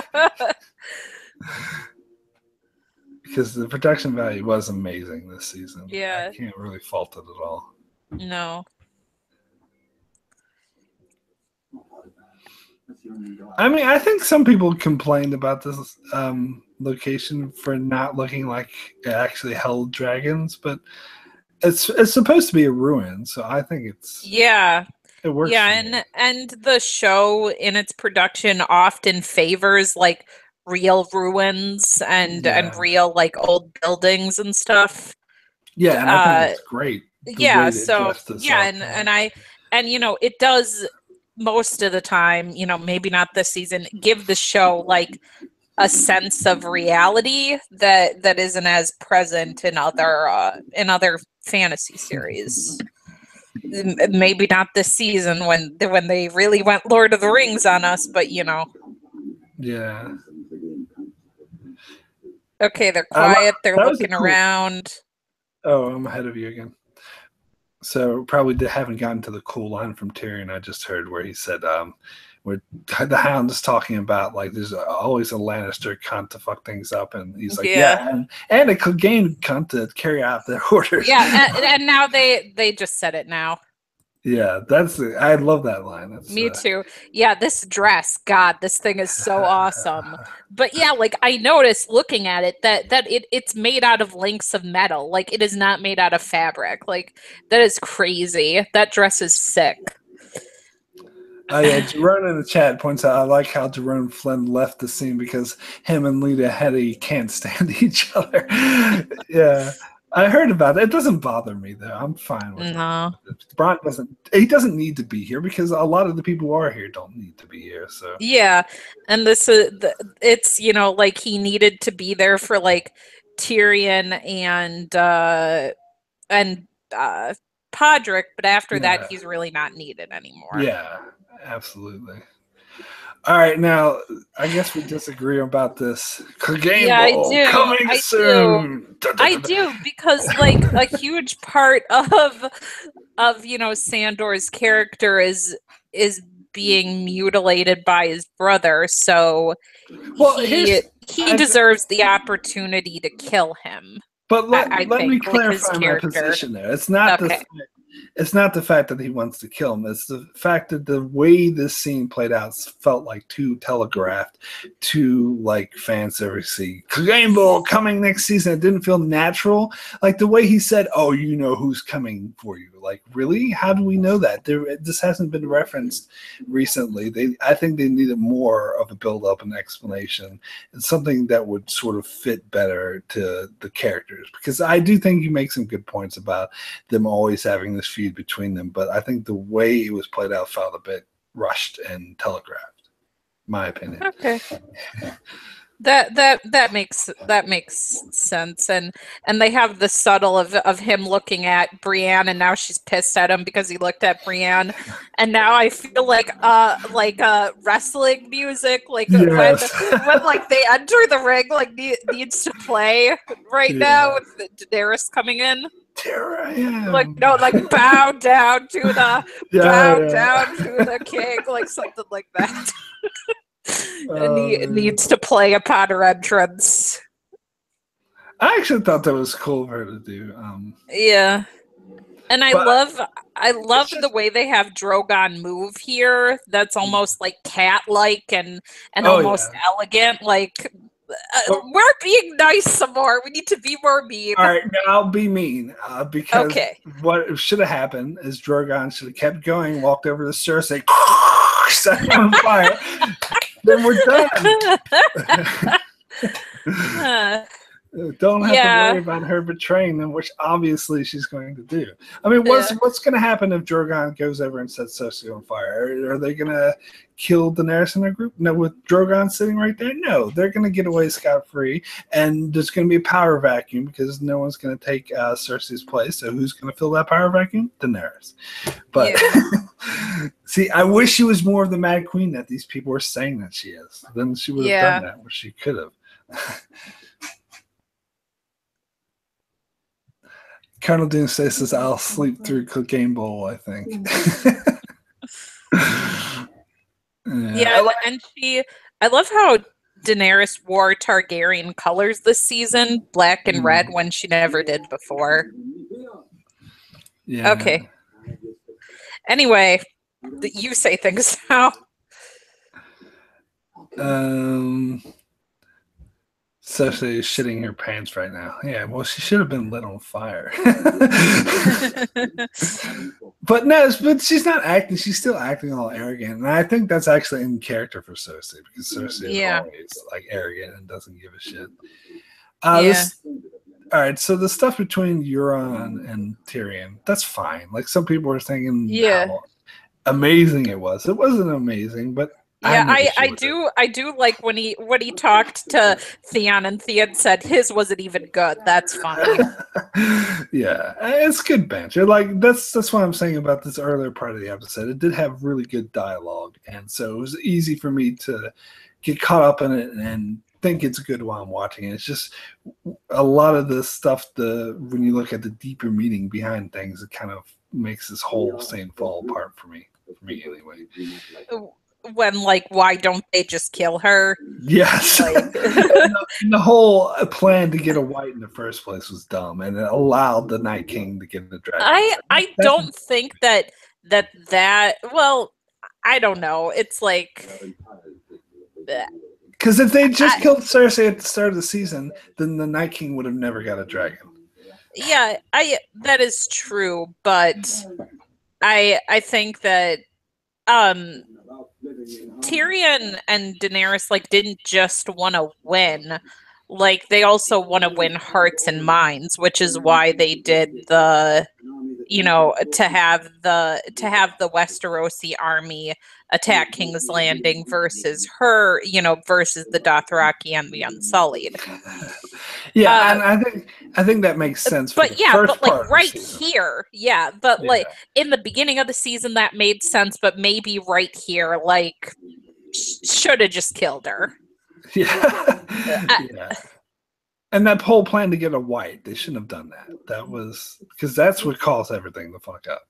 So that's the plan to have more of an issue with. Like Tyrion, I actually stuck up for Tyrion's plan at the start of the season because you're right, it did make sense. But once it went to shit, they shouldn't have kept saying, "Oh, let's hold back, let's appease, let's try to make friends with Cersei." Because Tyrion should know better. He should know that Cersei would never ever really agree to any friendship. I don't know. I mean, because, and we'll get to that when we get there. But yeah, like because Cersei, like no one is loyal to Cersei because they love her. They're all afraid of her, or nobody really admires her cunning like people admired Tywin's, which might be unfair because Cersei is cunning too, but like no one really admires her like they admire Daenerys, like they admired Tywin, or even like Renly. Like Renly had people who admired him. Stannis had people who admired him, but like nobody has any real love for Cersei besides Jaime. So like who is there to take revenge for Cersei? Yeah. Like there really is no one. Absolutely. Like who would truly care if she died? I mean, that is a shit at her when she was walking naked in the streets just a year ago. So they're not going to Right. Like no one's gonna be like they killed our queen, like, and even if Jaime did that, like in front of an army where he's like, they killed our queen, we must go kill them now, which I guess is a possibility since some people do love Jaime. Maybe that's what they were worried about. They might stick up for the Lannister name. Yeah. But like they still would have crushed the Lannister army. Yes, I mean, it would have taken a lot of death, but still they would have won. But so let's talk about the scene with the white, because this is another scene a lot of people complained about. I actually didn't have an issue with it. Me either. No. Some people would like the episode more than I did. I had an issue with it, but this is not because I actually thought it was kind of cool. It does come off a bit Walking Dead-ish, but I think the whites have been established enough in Game of Thrones lore that this agreed makes sense. I love the Qyburn holding up the hand. Me too. Like that was like so great to Qyburn's character. Yeah. I mean, it is kind of like, is this consistent for them to use the dragon glass to kill it? But yes, there are issues with that. That's the only issue I have with this. I mean, but to me, it's the show's just changing the lore. Whatever. They kind of established that dragon glass doesn't kill white, but not really. They hadn't like right out said it. So if they want to go back on that, fine. I'll let them do that. It doesn't. I mean, it kind of bothers me, but it's not a big issue. Yeah, it's not as big as the other stuff that will happen later. The biggest, what the fuck for me is coming up. Is it? Okay. The wedding between Lyanna and Rhaegar is the biggest what the fuck for me. Right, okay. Like how that can be legal and recognized is a big big headache and a big thing I really, really hate. To me though, an even bigger, why didn't you just kill her is Yara. Like why the fuck didn't Euron kill Yara? Like, why isn't Yara dead right now? Like that's something that really doesn't make sense to me. I mean, I can see where you're coming from, but it doesn't bother me too much. Yeah. I mean, he said here that he tried to intimidate Theon to surrendering, so that might be a reason to keep her alive. I guess because there might still be someone who believes in the Greyjoy name, maybe. I don't know. Yeah. But this scene here, I have to give it credit because at first I thought this is so stupid that Euron would just be like, "Oh, I'm scared, I'm going home," but then they reveal he's just lying and he's actually trying to get more troops. That actually, which makes sense. Yeah, and that was like an off-screen thing that made sense, and it all happened within the one episode. So there's no there's really no gaps to fill in because they explain this pretty quickly. I guess the only issue I had with it is the fact that Daenerys and Theon believed them so easily that they didn't see through that this was an obvious trick. Yeah, I can believe that of Daenerys because she doesn't know Euron, but Theon should have realized it was, And Tyrion should know better too.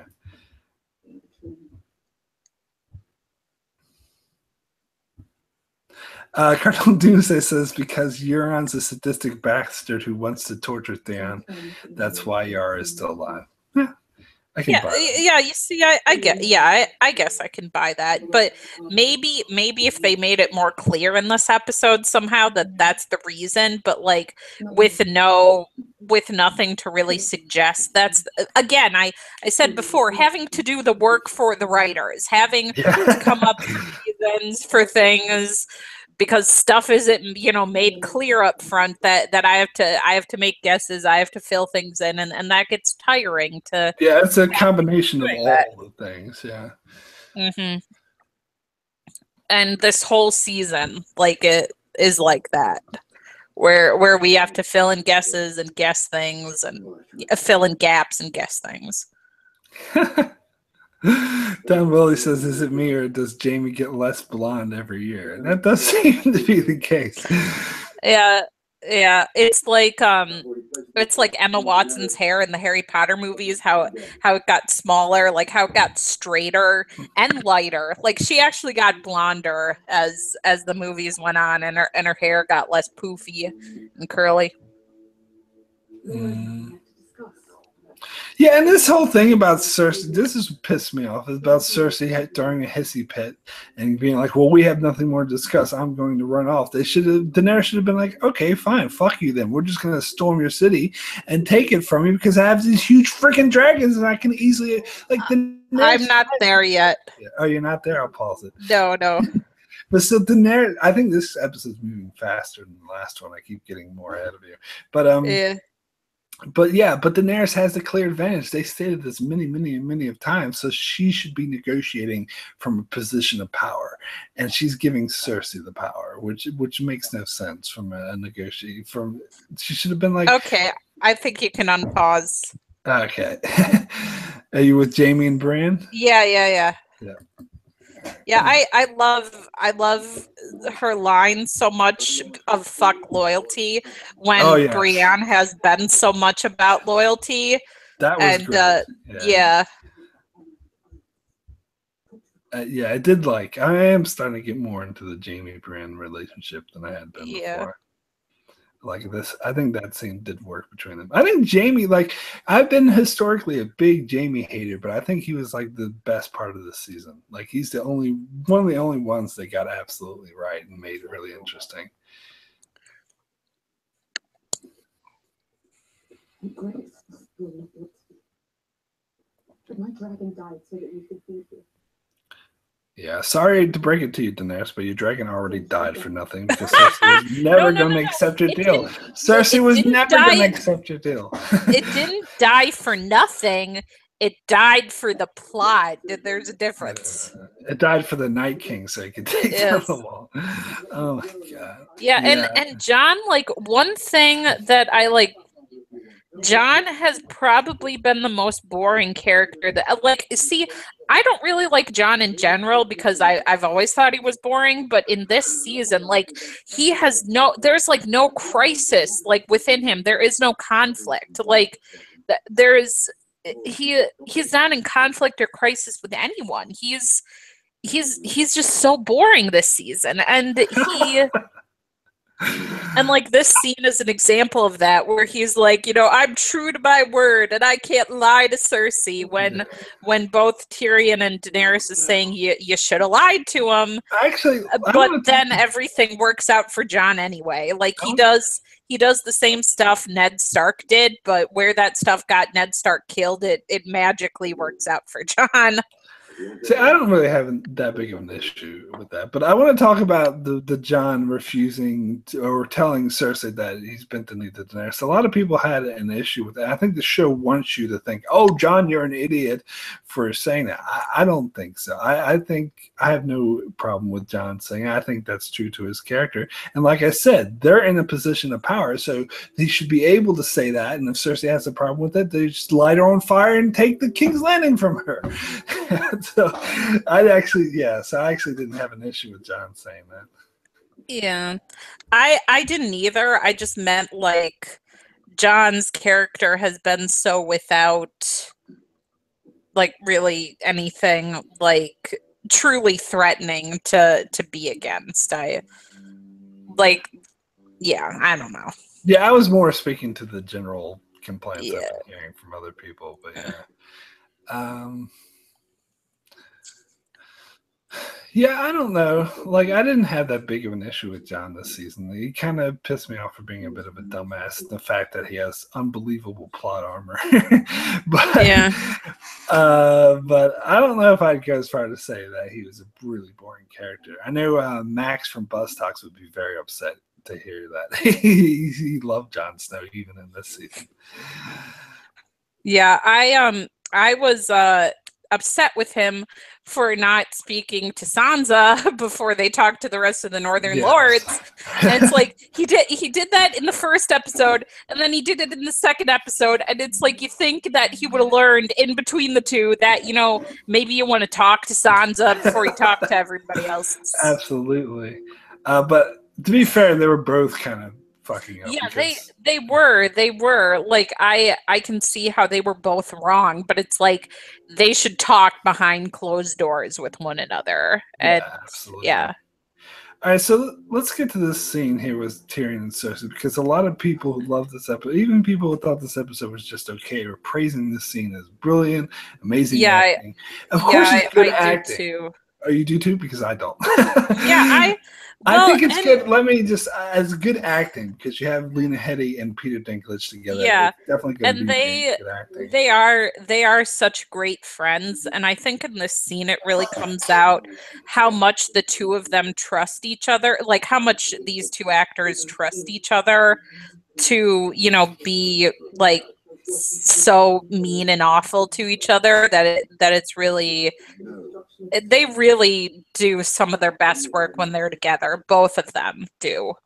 But again, I hate to keep beating this dead horse, but I can't buy this scene because Tyrion's being an idiot for actually thinking that Cersei would agree. And this is where I disagree. I would say we'll get there when we get to it. Okay. Because Tyrion learns she's having, a baby. And the one thing that Tyrion knows about Cersei, or rather believes is good about Cersei, is that as long as, Cersei knows that there is like a future, or that there should be a future for the human race, because, she's going to have a baby. Therefore, Cersei has a vested interest in making sure the world doesn't burn down, because, Cersei needs to be able to have her baby and have a world that still exists. So, I mean, I guess that makes sense, and maybe I could buy that. But the thing is, that's what I took away, and that's why I thought Tyrion believed her, and why I bought that he believed her. But the thing is that Tyrion went into this scene not knowing she was pregnant, and he still thought that he could get her to change her mind, and he still thought that she would sincerely agree to this plot. And I mean, I guess you make a good point, but it seems to me like from what we've shown on screen, there's nothing Cersei says to me that would lead Tyrion to believe that she's absolutely had her mind changed by anything that he said. I guess that's more of like needing to fill in blanks, and I keep saying that over and over again. But I think that it's just like one more symptom of that problem, you know, like just one more symptom of the big disease of the season, which is we having to fill crap in to make it make sense. Yeah, drink, Tyrion, drink. I will too. I see this as great acting wasted on a bad scene. That's how I look at it. Yeah, actually this decanted really well. I'm drinking a dry red, and it had to sit out for a few days to get really good, but now it's much better than it was. Yeah. Vern says, how shocking would it have been if the mountain just grabbed Tyrion by the head and smashed it on the table? Well, the mountain would have had a hard time getting to Tyrion with all his plot and armor. One thing that I'm a little ahead of you, I think, is how much Tyrion really loved Tommen and Myrcella. Like that really comes out in this scene too. Like because he really did love Tommen and Myrcella. Yeah. And it's good to see him react to that. Yeah, I did like that, actually. I did like the part when they're talking about Tom and Myrcella and how Cersei is like telling him to shut up. He's like, no, you have to listen to me. I did love them. Yeah. I know I and then she's like, well, I don't care about your love, whatever it doesn't mean. Yeah. And but to me, again, that gets back to that should have been his clue that he knows he shouldn't trust her and that she'd be lying to him. But whatever.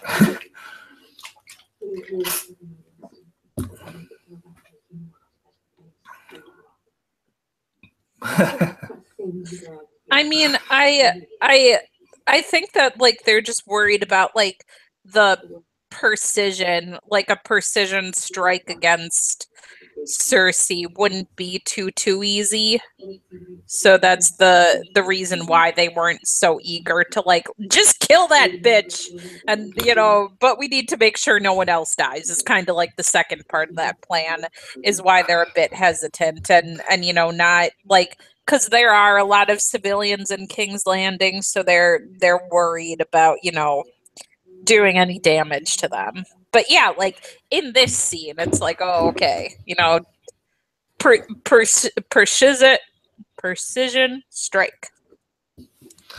Yeah, I don't know. I really see this just bad writing. Is that the writers did it for plot purposes because they wanted the plot to go a certain way.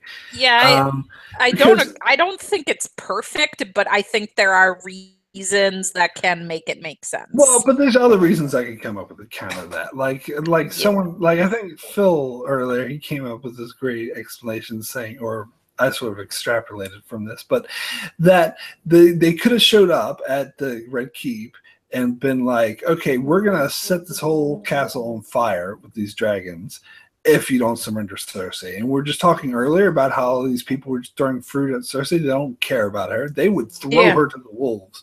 They'd be like, okay, spare us. So they wouldn't actually have to kill anyone. They could just threaten them and get Cersei. But yeah.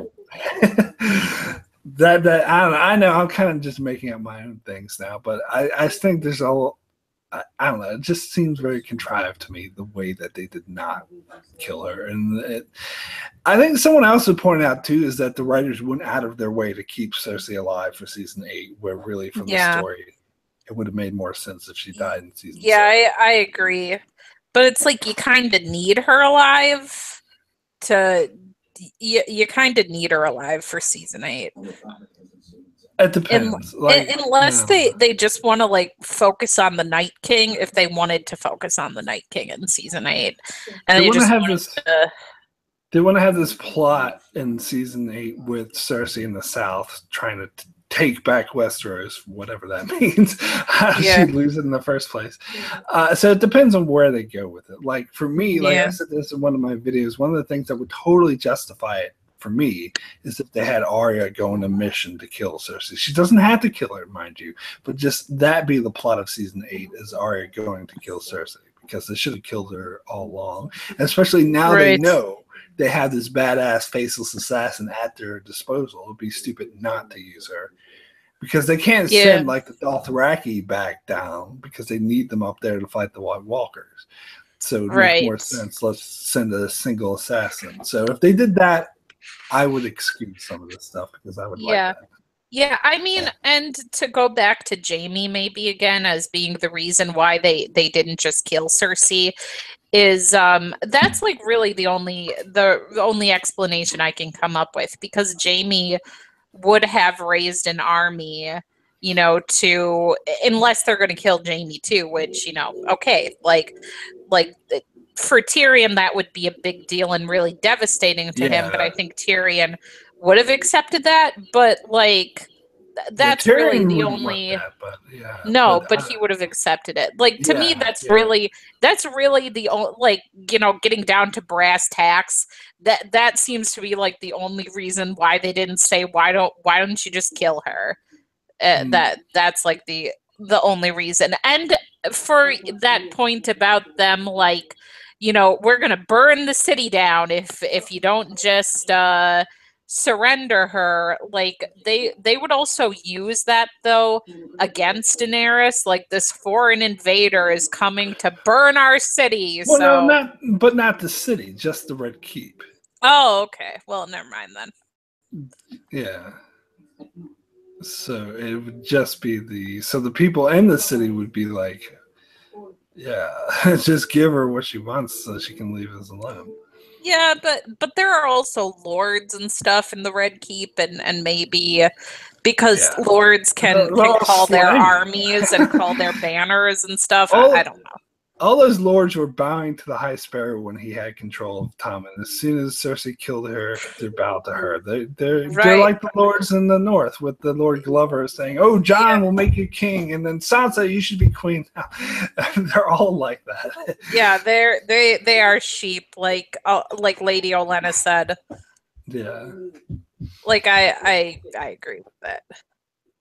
Okay, so this is the scene I totally don't buy with Littlefinger and Sansa. This is total, like, we're actually meant to believe, because of the deleted scene now, we're meant to believe that Sansa really plans to kill Arya. And that's what even the writers said when they talked about the deleted scene, that Sansa had every intention to execute Arya, but she went to Bran and got the information and changed her mind.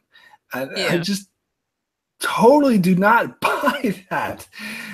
It's just too much. No, I don't either. And you know, I've said pretty much everything.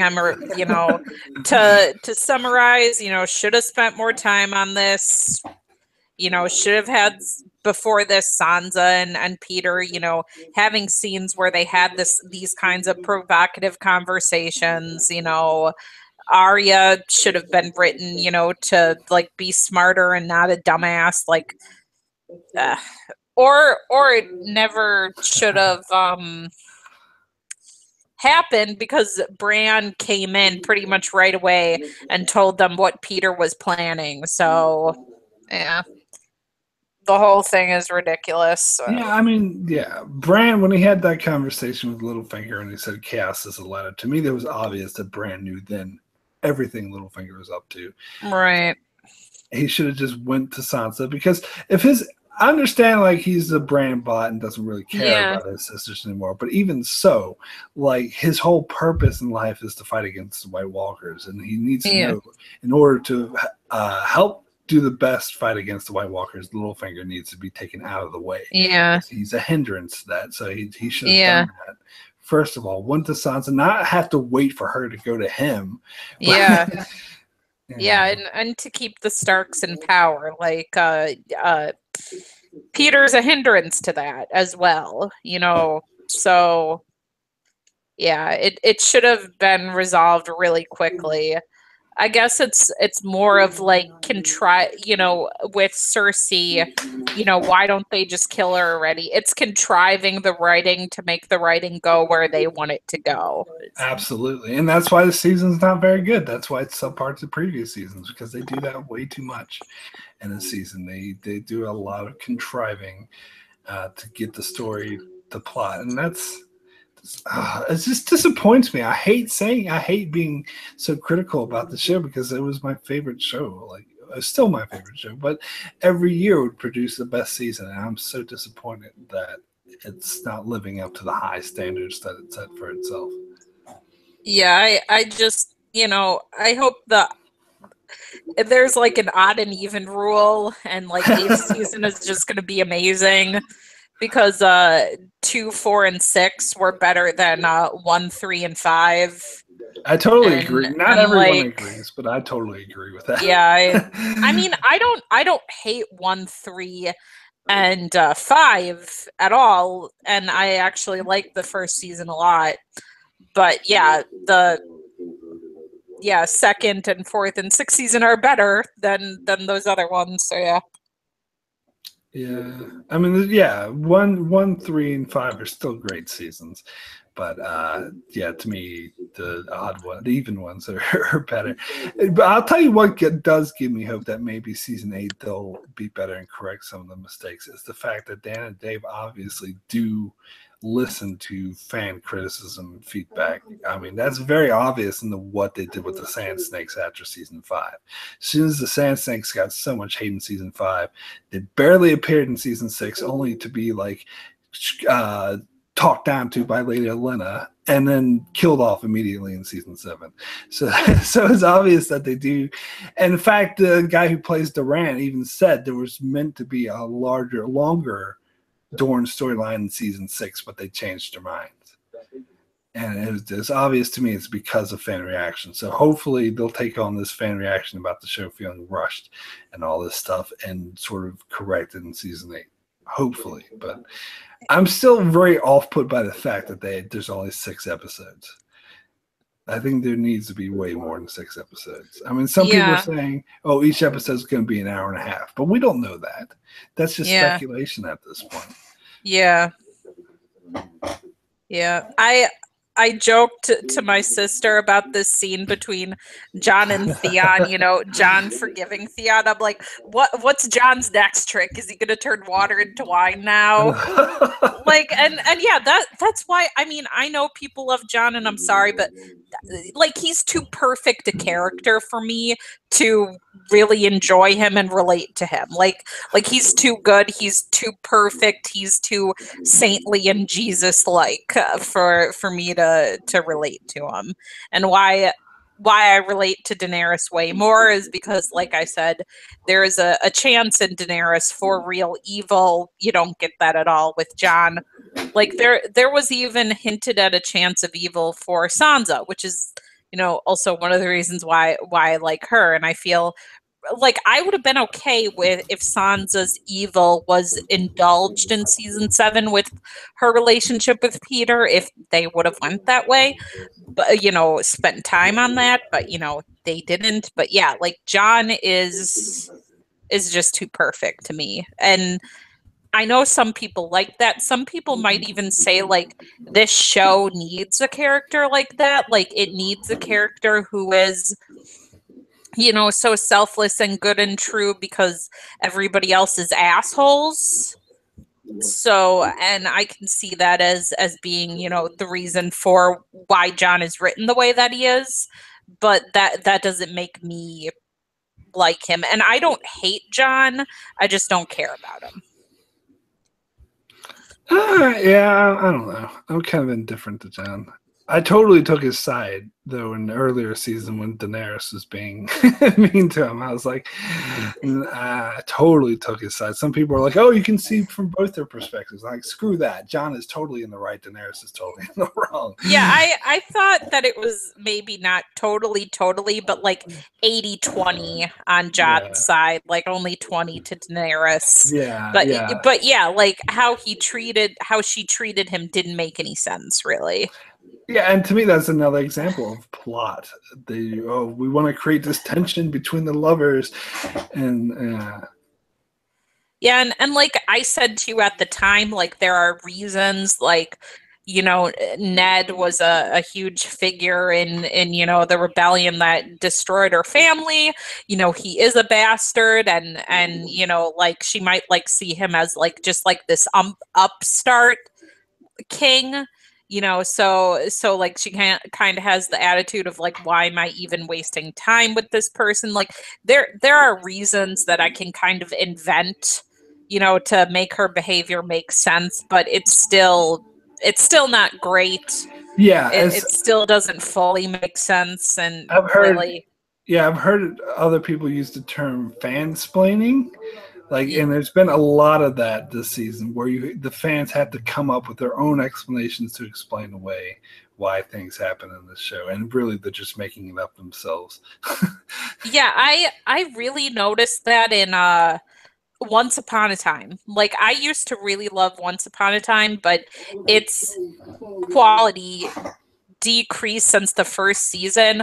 Like the first season is the best season, and then it just got worse in each progressive seasons, and like even in like season 2 and 3 and 4, like I would see fans splaining, and like I would read that and think to myself, you're just making the show, trying to make the show better than it is. Like your explanation kind of makes sense, but the writers probably weren't thinking that thing you just said to make the show better than it actually is.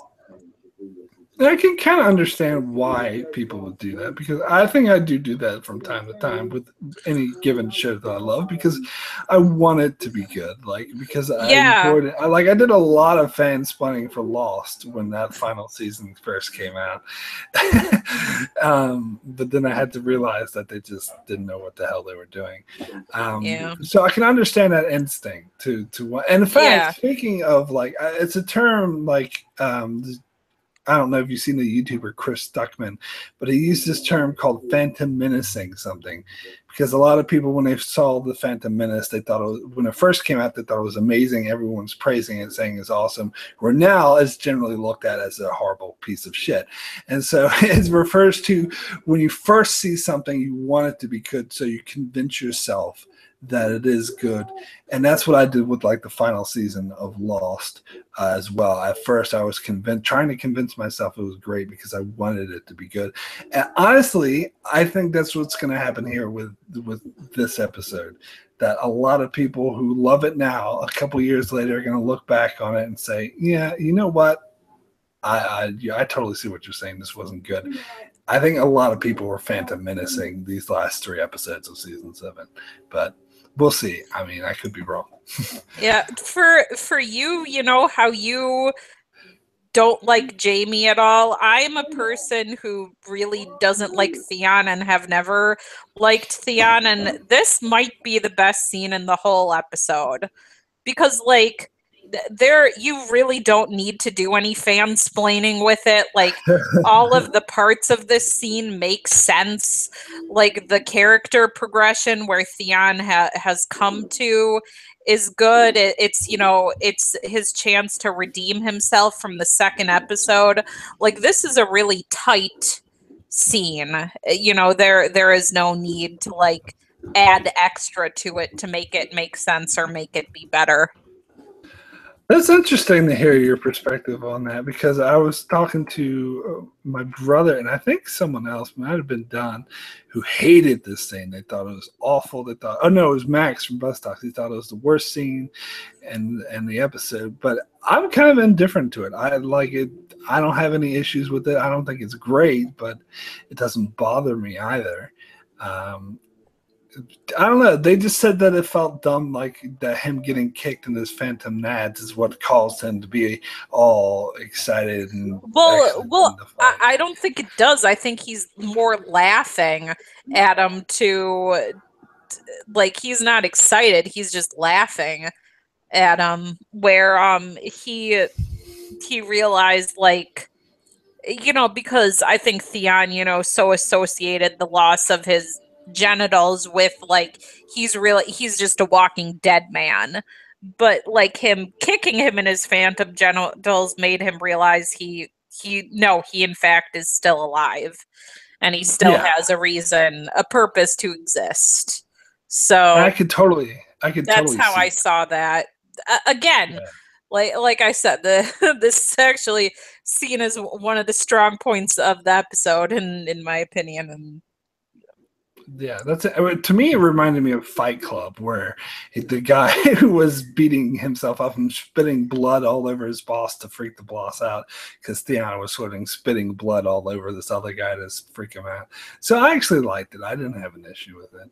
yeah, and I like how he baptizes himself at the end with the ocean water, like where before when he was baptized by the priest, the drowned men priest, like I don't think he, like, now he feels like he really is an Ironborn, like he was an Ironborn in name but not really, like, in his heart, but now he really is, like, and that's what that signifies.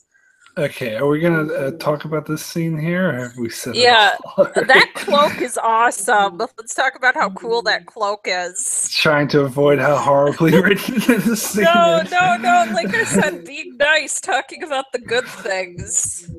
Yeah, Um, no, no. You know what? Varys wasn't the most misused character this season. Bran was. Bran yes, I was think the there's most. competition between the two of them. Yeah. No, no. I think it was Bran. Bran wins it. Yeah, I think Bran is too. Yeah, Yeah, I like Arya's costume too. yeah, Talking I about do too. costumes. And one thing that I think might be like sort of a cute, nice thing next season, because Sansa made a Stark cloak for Jon, like maybe she'll make like a Stark something for Sansa, like to signify, like, they have like a better bond now because like she did that for Jon. All right, so Yeah. all right, let's actually talk about the scene. All right. I got to bring up my friend of the friend who was defending this. Like everything I said about Littlefinger, he's like, no, I think it made sense because he's established to be in love with Sansa, so it made sense for him to plead for his life, and he knew he was defeated. And I'm sorry, I just do not buy that. To me, this seems totally inconsistent. And not to say anything harsh about this guy, he's a good guy, but he's a casual viewer. And there's nothing wrong with being a casual viewer. I'm a casual viewer of a lot of shows, but if you are more familiar, you don't even have to read the books. Just by watching the show Right. and paying attention to it, you know what Littlefinger's character is and what it's supposed to be Yeah. like. It's Yeah. completely out of character for him. Yeah, to die this way, like I don't think it was bad for him to die. I think the way he died was. Yeah, because I knew from the plot leaks that he would die, and I had no issue with that. In fact, I predicted years ago that Sansa would kill Littlefinger or allow events for him to be killed, and I was looking forward to it. But the way it was executed here is just a sham because too much occurred off screen, like way too much occurred off screen. Yeah, and I think it was Sophie Turner who mentioned that, like, the reason why she didn't tell the Vale Lords that Peter killed Lysa was because so Sansa could hold that over him. So like sense. She could always have that like card in her pocket, so he would never do anything too brazen against her. And like, just if she, so yeah, so I mean, I know, like, and she's using that now, and Sansa, I buy in this scene. I buy her actions. It's Peter again. Like, I'll say Peter, who I don't buy. Like, he should have said something way more clever versus just to cry and plead Definitely. Yeah, because That's what Jerome says. I honestly love the idea of Littlefinger crying in front of Sansa before he dies, but it was built up to and done so poorly it was stupid. Yeah. I think there is a way it could be done where it makes sense, but this isn't it. This is not it, because a lot of people point out that the case they had against Littlefinger was so paper thin. Like, Yeah. it's just like a word of this weird cripple boy. Yeah. And they're going to take his word. They don't have any, like, hard evidence. Like, the Liza thing, sure, Sansa knows and they can take her word. But everything else, Yeah. it's just like, he could have pleaded his case. He could have at least tried, even if he failed. He could have at least tried to spin some lies, which he's really good at, to convince people to be on his side. Yeah, and Sansa should have said, like, the reason why she lied initially. Like, it would have been interesting to see her, like, spin some bullshit about how she was scared, like, Peter was going to kill her. Like, to the Vale Lords, where she was like, oh, I was afraid he was going to kill me, so I lied. So, where that would show even more, like, how much Sansa has learned from Littlefinger. Yeah. Swagger like me says, I didn't realize people didn't like the Littlefinger death scene. Really? Have you completely been away from YouTube and not seen any? Because we're not the only ones to say this. Tons of people are saying this. And he says, it seems right to me Littlefinger is a bitch. She went out with a bitch. I completely disagree. Littlefinger. No, he was not a bitch. A whiny bitch. That's not who Littlefinger was. No, it's not like I told you I watched Entourage. It's not a bitch slap for a bitch for Littlefinger, and people who watch that show know what I'm referring to. Swagger says he's never been a tough guy. No, he's not a tough guy, but he's a schemer. He's a deceiver, which is what he should have tried to do. He should have tried to deceive, plant doubt in people's minds. That's what he's really good at. I mean, he's responsible for the whole War of the Five Kings. He started everything, the whole events of Game of Thrones. How can you say he's a whiny bitch? I'm sorry, I just don't see it. Yeah, something people who don't like Sansa said is how she should have killed Littlefinger herself, like, because, who passes the sentence should swing the sword, but it's like it was a family effort. It was like clearly and like it was a team effort. Like they had team high fives after they were done. Where it was where it's like somebody pointed out, though, it's like if Bran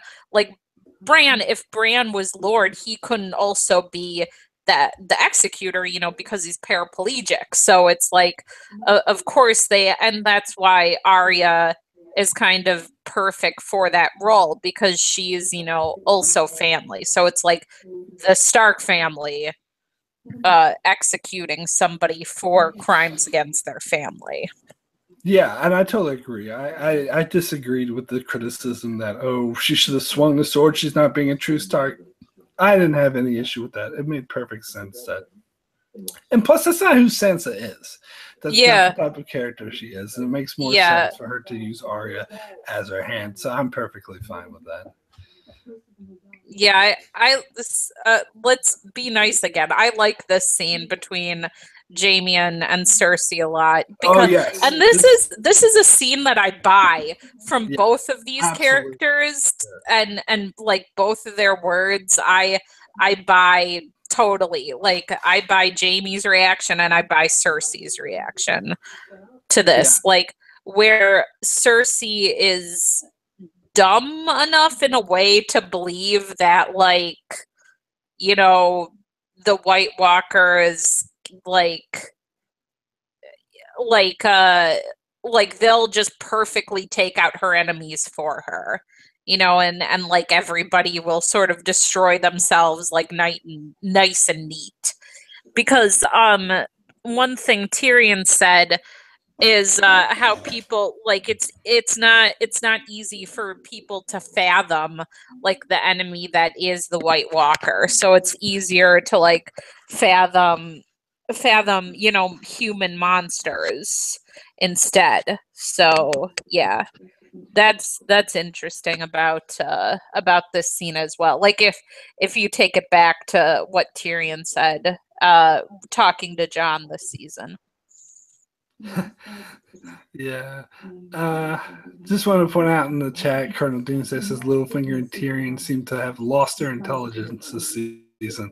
Yeah, I completely agree with that. I would say more that Tyrion's lost his spine and bravery this season than his intelligence. Like, I would say intelligence. I think it's. I wouldn't say intelligence. You see Tyrion from season 2. He was able to scheme and do all this shit and put people in line. That's not the Tyrion we got here. His wit, maybe I'd say that. But yeah, okay, yeah, that's better. But getting back to this scene, I completely agree with you. This was one of my favorite scenes of the whole season. It's definitely my favorite in this episode. It's the one that the episode does completely right.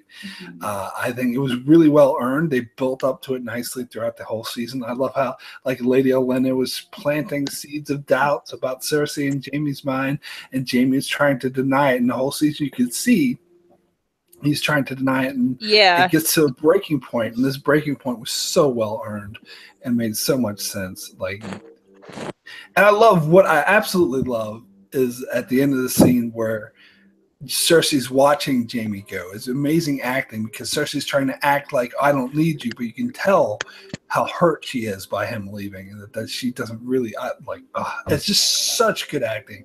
Yeah, Lena Headey is amazing. Yeah. This is a baby. This is Godric. I'm ahead of you again, am I? Yeah. Pause. Are you at the point where Jaime's leaving? Not just yet, no. Okay.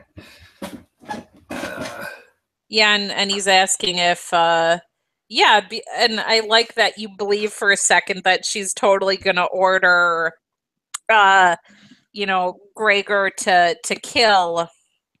Yeah, and I think it makes total sense that she doesn't, though. And it plays him because she's just threatening him because she wants him to stay. She needs him, but she's too proud to say it. To ask him to stay, Yeah, it was just, beautiful scene. One of my favorites of the season. And it gives me some hope for season 8, but again, it's like if there's just a smattering of good scenes within a overall plot that's rushed and not put together very well, then it doesn't consist of a good show. Another nice thing, that map is really cool. The map that she had painted in the first episode, and it's great. Like that's how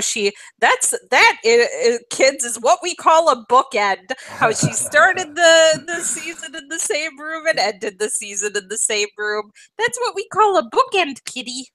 So you caught up to that scene yet? Yeah, he's leaving now. He's the snow is falling on his glove, and he's on his horse. Yeah. And that's another thing I'm looking forward to season 8 is seeing Jaime up in Winterfell with the Targaryens and the Starks. That will be interesting.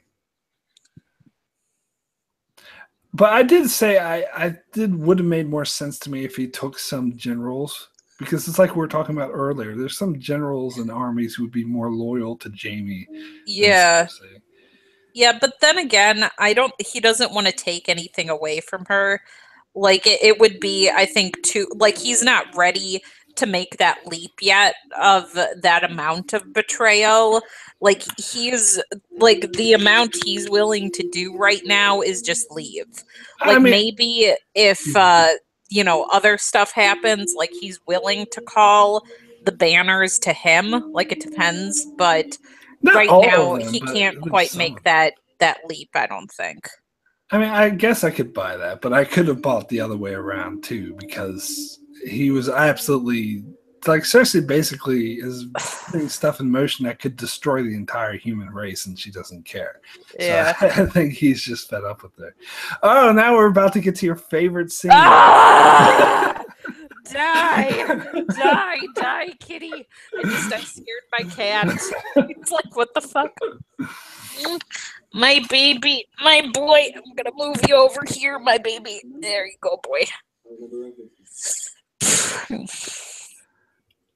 Yeah, I think that they did have a cute joke here where Bran holds up the scroll and that's how I think that was a cute joke. Yeah, that was fun. And I kind of like the Sam and Bran's interaction here. I don't really have me too. Me too. But yeah, it's like, because so much of Westeros is based on real history, and obvious the history parallel that everybody that their mind is instantly drawn to is when Henry VIII annulled his marriage to Catherine of Aragon, and how much turmoil that caused in England. You know, how many people died, how many people, because they they wanted to still be a part of the Catholic faith versus this new faith that Henry VIII and others wanted to create, and how much of an upheaval it caused is and like to think of this like it was just super easy for Rhaegal to annul his marriage to Elia. Like it was nothing. Like I saw a joke that like a Game of Thrones blogger made, like Henry VIII to Cardinal Wolsey, like annulments are $5. Those are super easy to get because in medieval and Renaissance times, like there were only a few reasons for annulment, and really divorce didn't exist. And like what annulment was, because annulments were sacred. Like even today in Catholicism, marriage is a sacrament. Like it's not nothing. It's something that's holy. And it seems like in, Game of Thrones world, like, marriages are holy too. Oh, okay. I have to pause and stop for a second. Rhaegar's styling, like how I was talking about being nice about like the costuming and like the production and stuff. Like, I have to say how horrible the styling on Rhaegar is. Like, he looks awful. He looks like he rolled out of bed, especially because, like, Rhaegar is the guy where, like, every woman in Westeros was thirsty for his dick. Like he should have looked like, like this beautiful man, and he just, like, looks like really pale and sick, and that's ridiculous to me. Not like I've seen pictures of the actor. I don't think he's ugly. I just think that he was styled like horribly. Like Viserys, it looks like they took Viserys' wig out of storage and just like glued it on his head. It looks awful. Yeah. Like So, my computer froze a bit, so I'm actually be a bit behind now. Do you want me to pause it? No, you don't have to play because you're in tune with the people watching. So you. Okay. What point are you up to, though? Leanna saying his name is Aegon, which is even worse because like and so many people who are fans of Dorne are so pissed about. Okay, I have to sing a little song now. A bang bang bangity bang. I said a bang bang bangity bang bang bang bang bang bang bangity bang. Okay, I'm done. Because obviously, Jon and Daenerys are banging, so right. I had to sing the banging song from How I Met Your Mother. But yeah, because Elia and Rhaegar had a son who was Aegon, so it's like, why the fuck did they want to name Jon Aegon too? I mean, that's yeah, like, yeah, but yeah, right. In medieval Europe, there was only a few reasons why people, got annulled, and like none of them apply to Elia and Rhaegar, and their case is even flimsier than Henry VIII's case was to annul Catherine of Aragon, because if people know, well, I'll talk about that later. Maybe we'll talk about Sansa and Arya right now. Oh, are you up to Sansa and Arya? Yeah, I am.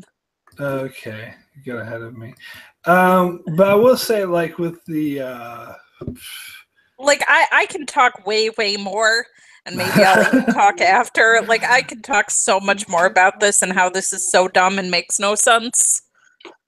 Did you see the Preston Jacobs video he did on this episode? I thought it was amazing. It was one of my favorite YouTube videos I've ever seen. Like, he kept doing these plays about, I don't think you know what annulment means. And there was this idiot who was like, oh, let's annul this and let's annul that. It's like, you have no idea what that word means. You're using it correctly. Like the Princess Bride, you keep using that word. Yeah. I don't think you know what it means. Yeah, exactly.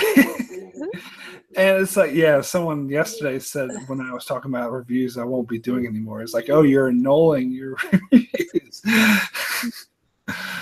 But yeah, this Sansa and Arya scene, like this would have been good if they earned it, but they did not at all earn it. The way it plays out, I said it's almost like an 80s sitcom where I expect them to freeze frame and be like, yeah, like, they're all like, oh, buddy now. We just tried to kill each other. Yeah, and my mom was confused. She thought that this meant that they were in it together the whole time, is what my mom guessed from this. I thought that's what it meant too until I heard about the deleted scene. Because but either way, like I said, either way doesn't really make any sense. The way executed. It's just, well, I think the position I was at was like, I don't care which way it is because either way it's still way it doesn't work. Yeah, like you know the way I prefer it. I prefer it if they were in it on the whole time because it makes all of them much less stupid. But I mean, it really isn't that much better. It's only marginally better if they were in on it the whole time. But yeah. Well, I have issues with it just because it's inconsistent with what we've seen. Like if they actually did it better in the show, if they made more sense that they were in it all along, then I'd be perfectly fine with it. But what we saw doesn't match up with that. No, it doesn't. And now it's your favorite. My favorite scene.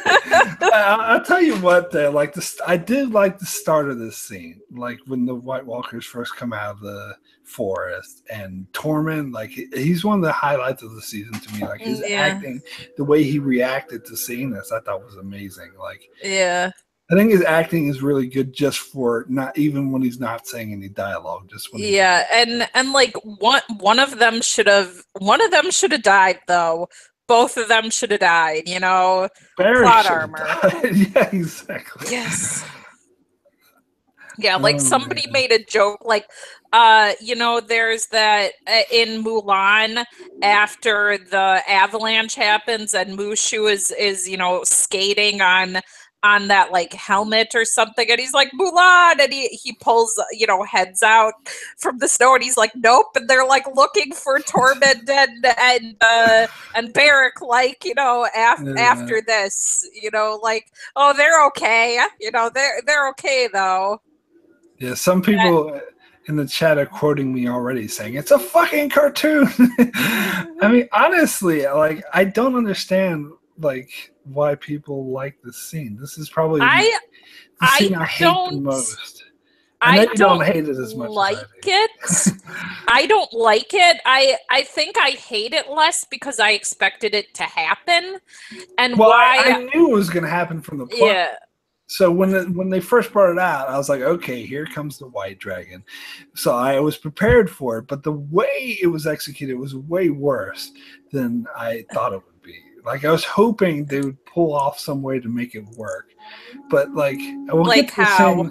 Like the scene, I don't know how. I was just hoping beyond hope that they knew they were better writers than me and could come up with something that I couldn't, and make it work. But like just seeing the way the Night King is bobbing up, like the way it was executed, it was just like so cartoonish. It felt like a cartoon. That's why I kept saying it's a fucking cartoon. Well, I think everybody needs to play their favorite heavy metal music right now. Absolutely. That's I said that. It's like the white dragon does look kind of cool, but it looks. I think it looks awesome. It looks cool, but it looks dumb for Game of Thrones. It doesn't fit with the lore. It looks like a heavy metal cover art album. That's what I'm saying. Yeah. I think I'm saying it looks awesome as you know heavy metal cover art. Yeah. Like if you take it, it's just a screenshot of it and out of context. Yeah, you're like, man, that looks awesome. Yeah. Holy shit. But in context, it's too much. And some people are being like, oh, it's just fantasy, Mark. Come on. It's not that it's fantasy. I don't mind having heavy. Here's the Night King bobbing up and down. What the fuck? But it's not that it's fantasy. Like, I don't mind the heavy fantasy elements of Game of Thrones in the past because they've always been earned. They always make sense to the world. But to me, this has not been earned. And I absolutely don't think the books are going to do this. You don't think what? the books are going to have the white dragon burned on the wall. I do not think this is going to happen in the books. I think this is Dan and Dave were combining the two horns, the horn of the dragons and the horn of the wall, which they haven't had in the show. And fucking Night King. And they hadn't had in the show, and it wouldn't make sense to introduce them in the show this late. But they combined it to this white dragon thing. And the concept of it, I don't have an issue with it. It's just the execution of it, which is, it just seems so fan servicey to me, because all the fans have been crying out for an ice dragon. Oh, ice dragon, ice dragon. And so many of these fans are eating it up. You're ice dragon. Who cares if it looks like a freaking Michael Bay movie? Yeah, I just don't feel the rage towards this that you do. I just don't. I can't get, I'm trying to puzzle out why you feel this way. And I'm just not there with you where it's like, I viscerally hate this. I want this to die, death to this. This is the worst thing ever. I was like, this is just not, there are things this season I feel that this way towards, this is not one of them. Oh, a lot of people are that way. I seem to be pretty alone in this, but I can't help. That was my natural reaction to watching this. I don't think it's great, but it's acceptable. Its existence to me is acceptable. But yeah, like I said, the annulment is way worse because it makes no sense within the lore of the show. And like you said, the line of secession really doesn't matter. And they've established it as being, just secondary to who has the power. And who has the power is more important than who's in line for the throne. And it's fairy tale. It's fairy tale for Jon to be, the king. It's not even Lord of the Rings. It's Disney. Yeah. Not to say, because I actually really like Disney movies still, into my adulthood, but it's that's not what this is. That's not what Game of Thrones is. It's not Disney. That's what I hated. That's what I hated most about that. I think there are ways that they could have revealed the whole Jon Snow's true parentage or whatever. They should have focused more on the Azor Ahai aspect of it. That he's the Son of Ice and Fire. He's the Prince of. The fact that they're focusing, he's the rightful king of Westeros. When has this ever mattered? When has the show ever said this actually made sense? The whole point of the show, building up to this point, was it does the right of succession means nothing, and now they're bringing it like a fairy tale, like you said, and. I don't know. I think I would compare it to Return of the King, but Return of the King made sense for that world. So maybe it's not an apt comparison because the way Lord of the Rings executed it made sense for the universe of Lord of the Rings. Whereas they're inputting themes into Game of Thrones that are not only don't make sense, but are particularly antithetical to what kind of show Game of Thrones is, which it's not only fantasy tropes that they played with, but fairy tale tropes too. And to bring out this fairy tale trope, just it feels so unnatural. And other people have said this really undermines Jon's character because a part of his character is that he is a bastard. That he's not the expected hero. It's not Robb or Ned, who are the true-borns, who's the hero of the North. It's Jon the Bastard who's the hero of the North. And it's Sansa too who helped save the Battle of the Bastards, even though she's a woman. So that felt, and that's another reason why season 6 felt like it belonged in the world of Game of Thrones, where season 7 really doesn't. Yes. In a lot of ways. I just want to point out real quick in the chat, Don Willies says, I'm going to annul this season. Yes, I annul it too. But yeah, if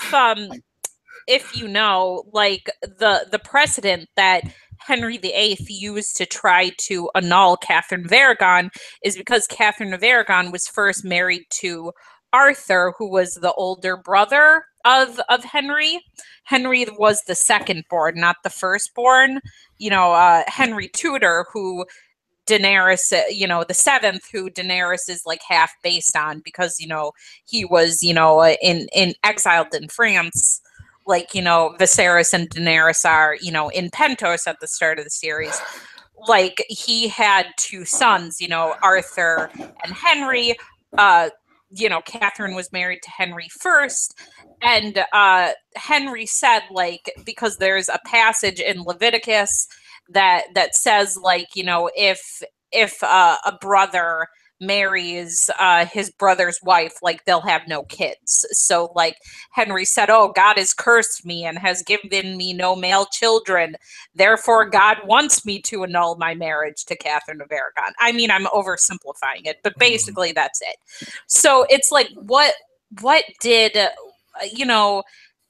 there were male heirs. The Targaryens had male heirs when this whole thing happened. And, Elia had kids, their marriage was totally consummated. They had two children. Like, I would have bought, like, him just, like, Rhaegar just marrying Lyanna because,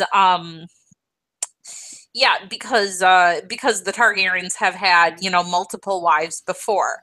Like, I would have bought that, but the annulment thing is just retarded. It's so dumb. Well, and, like, the thing also that makes it worse is what annulment meant for Mary the First, Bloody Mary in the real world, was that she was made a bastard. Like, when Henry annulled, so, like, that would mean that Rhaegar just totally abandoned his two kids. So it also makes him a really awful person. Like, Rhaegar, I kind of hate Rhaegar, honestly. Like, I think he is a garbage human. I do not like him at all. And that they try to romanticize his relationship with Lyanna is super creepy, because, like, a question needs to be asked, like, even if, like, Lyanna willingly went with Rhaegar at first, like, was it always consensual between the two of them?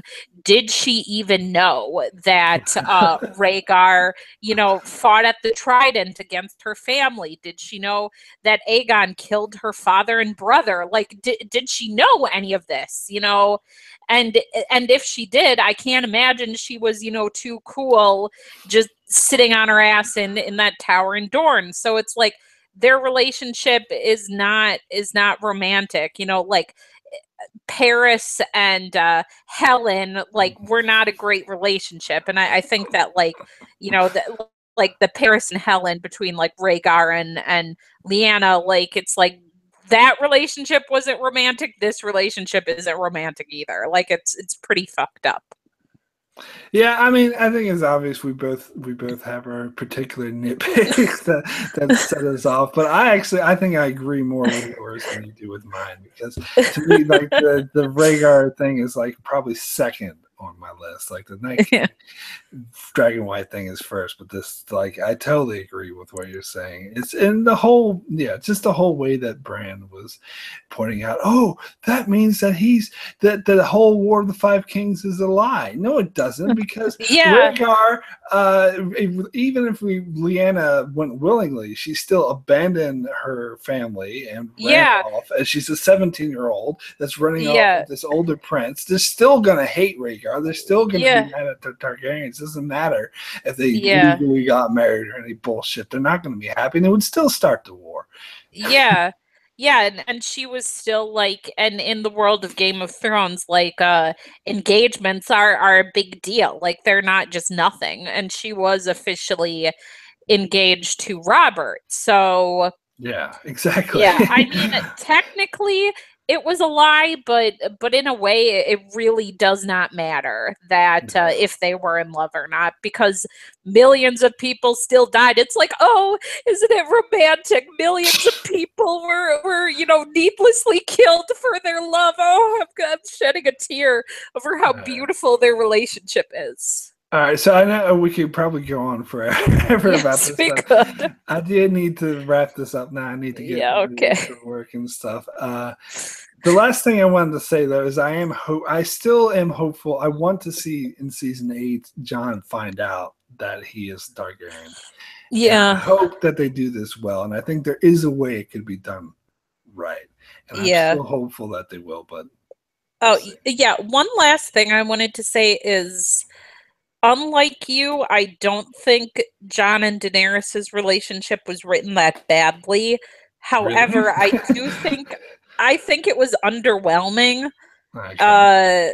For sure. Like it could have been done better. Like many, if they had more time. Yeah, but it was rushed. It was definitely really rushed. There's ways, yeah, like I said, there's ways it could have been better. I agree with you, but the way it was done was not good. yeah, I don't think it was as contrived as you do. It's still, but or as bad. It was still bad, but not as bad in my estimate. Like I have seen way worse love stories than. Oh wait, I'm sure there is in other shows, but Game of Thrones has got, it's set its own standard for having this high quality of being better than these other shows and not doing the same thing, which is a problem I have with a lot of season 7. I guess. Okay. But anyway, yeah.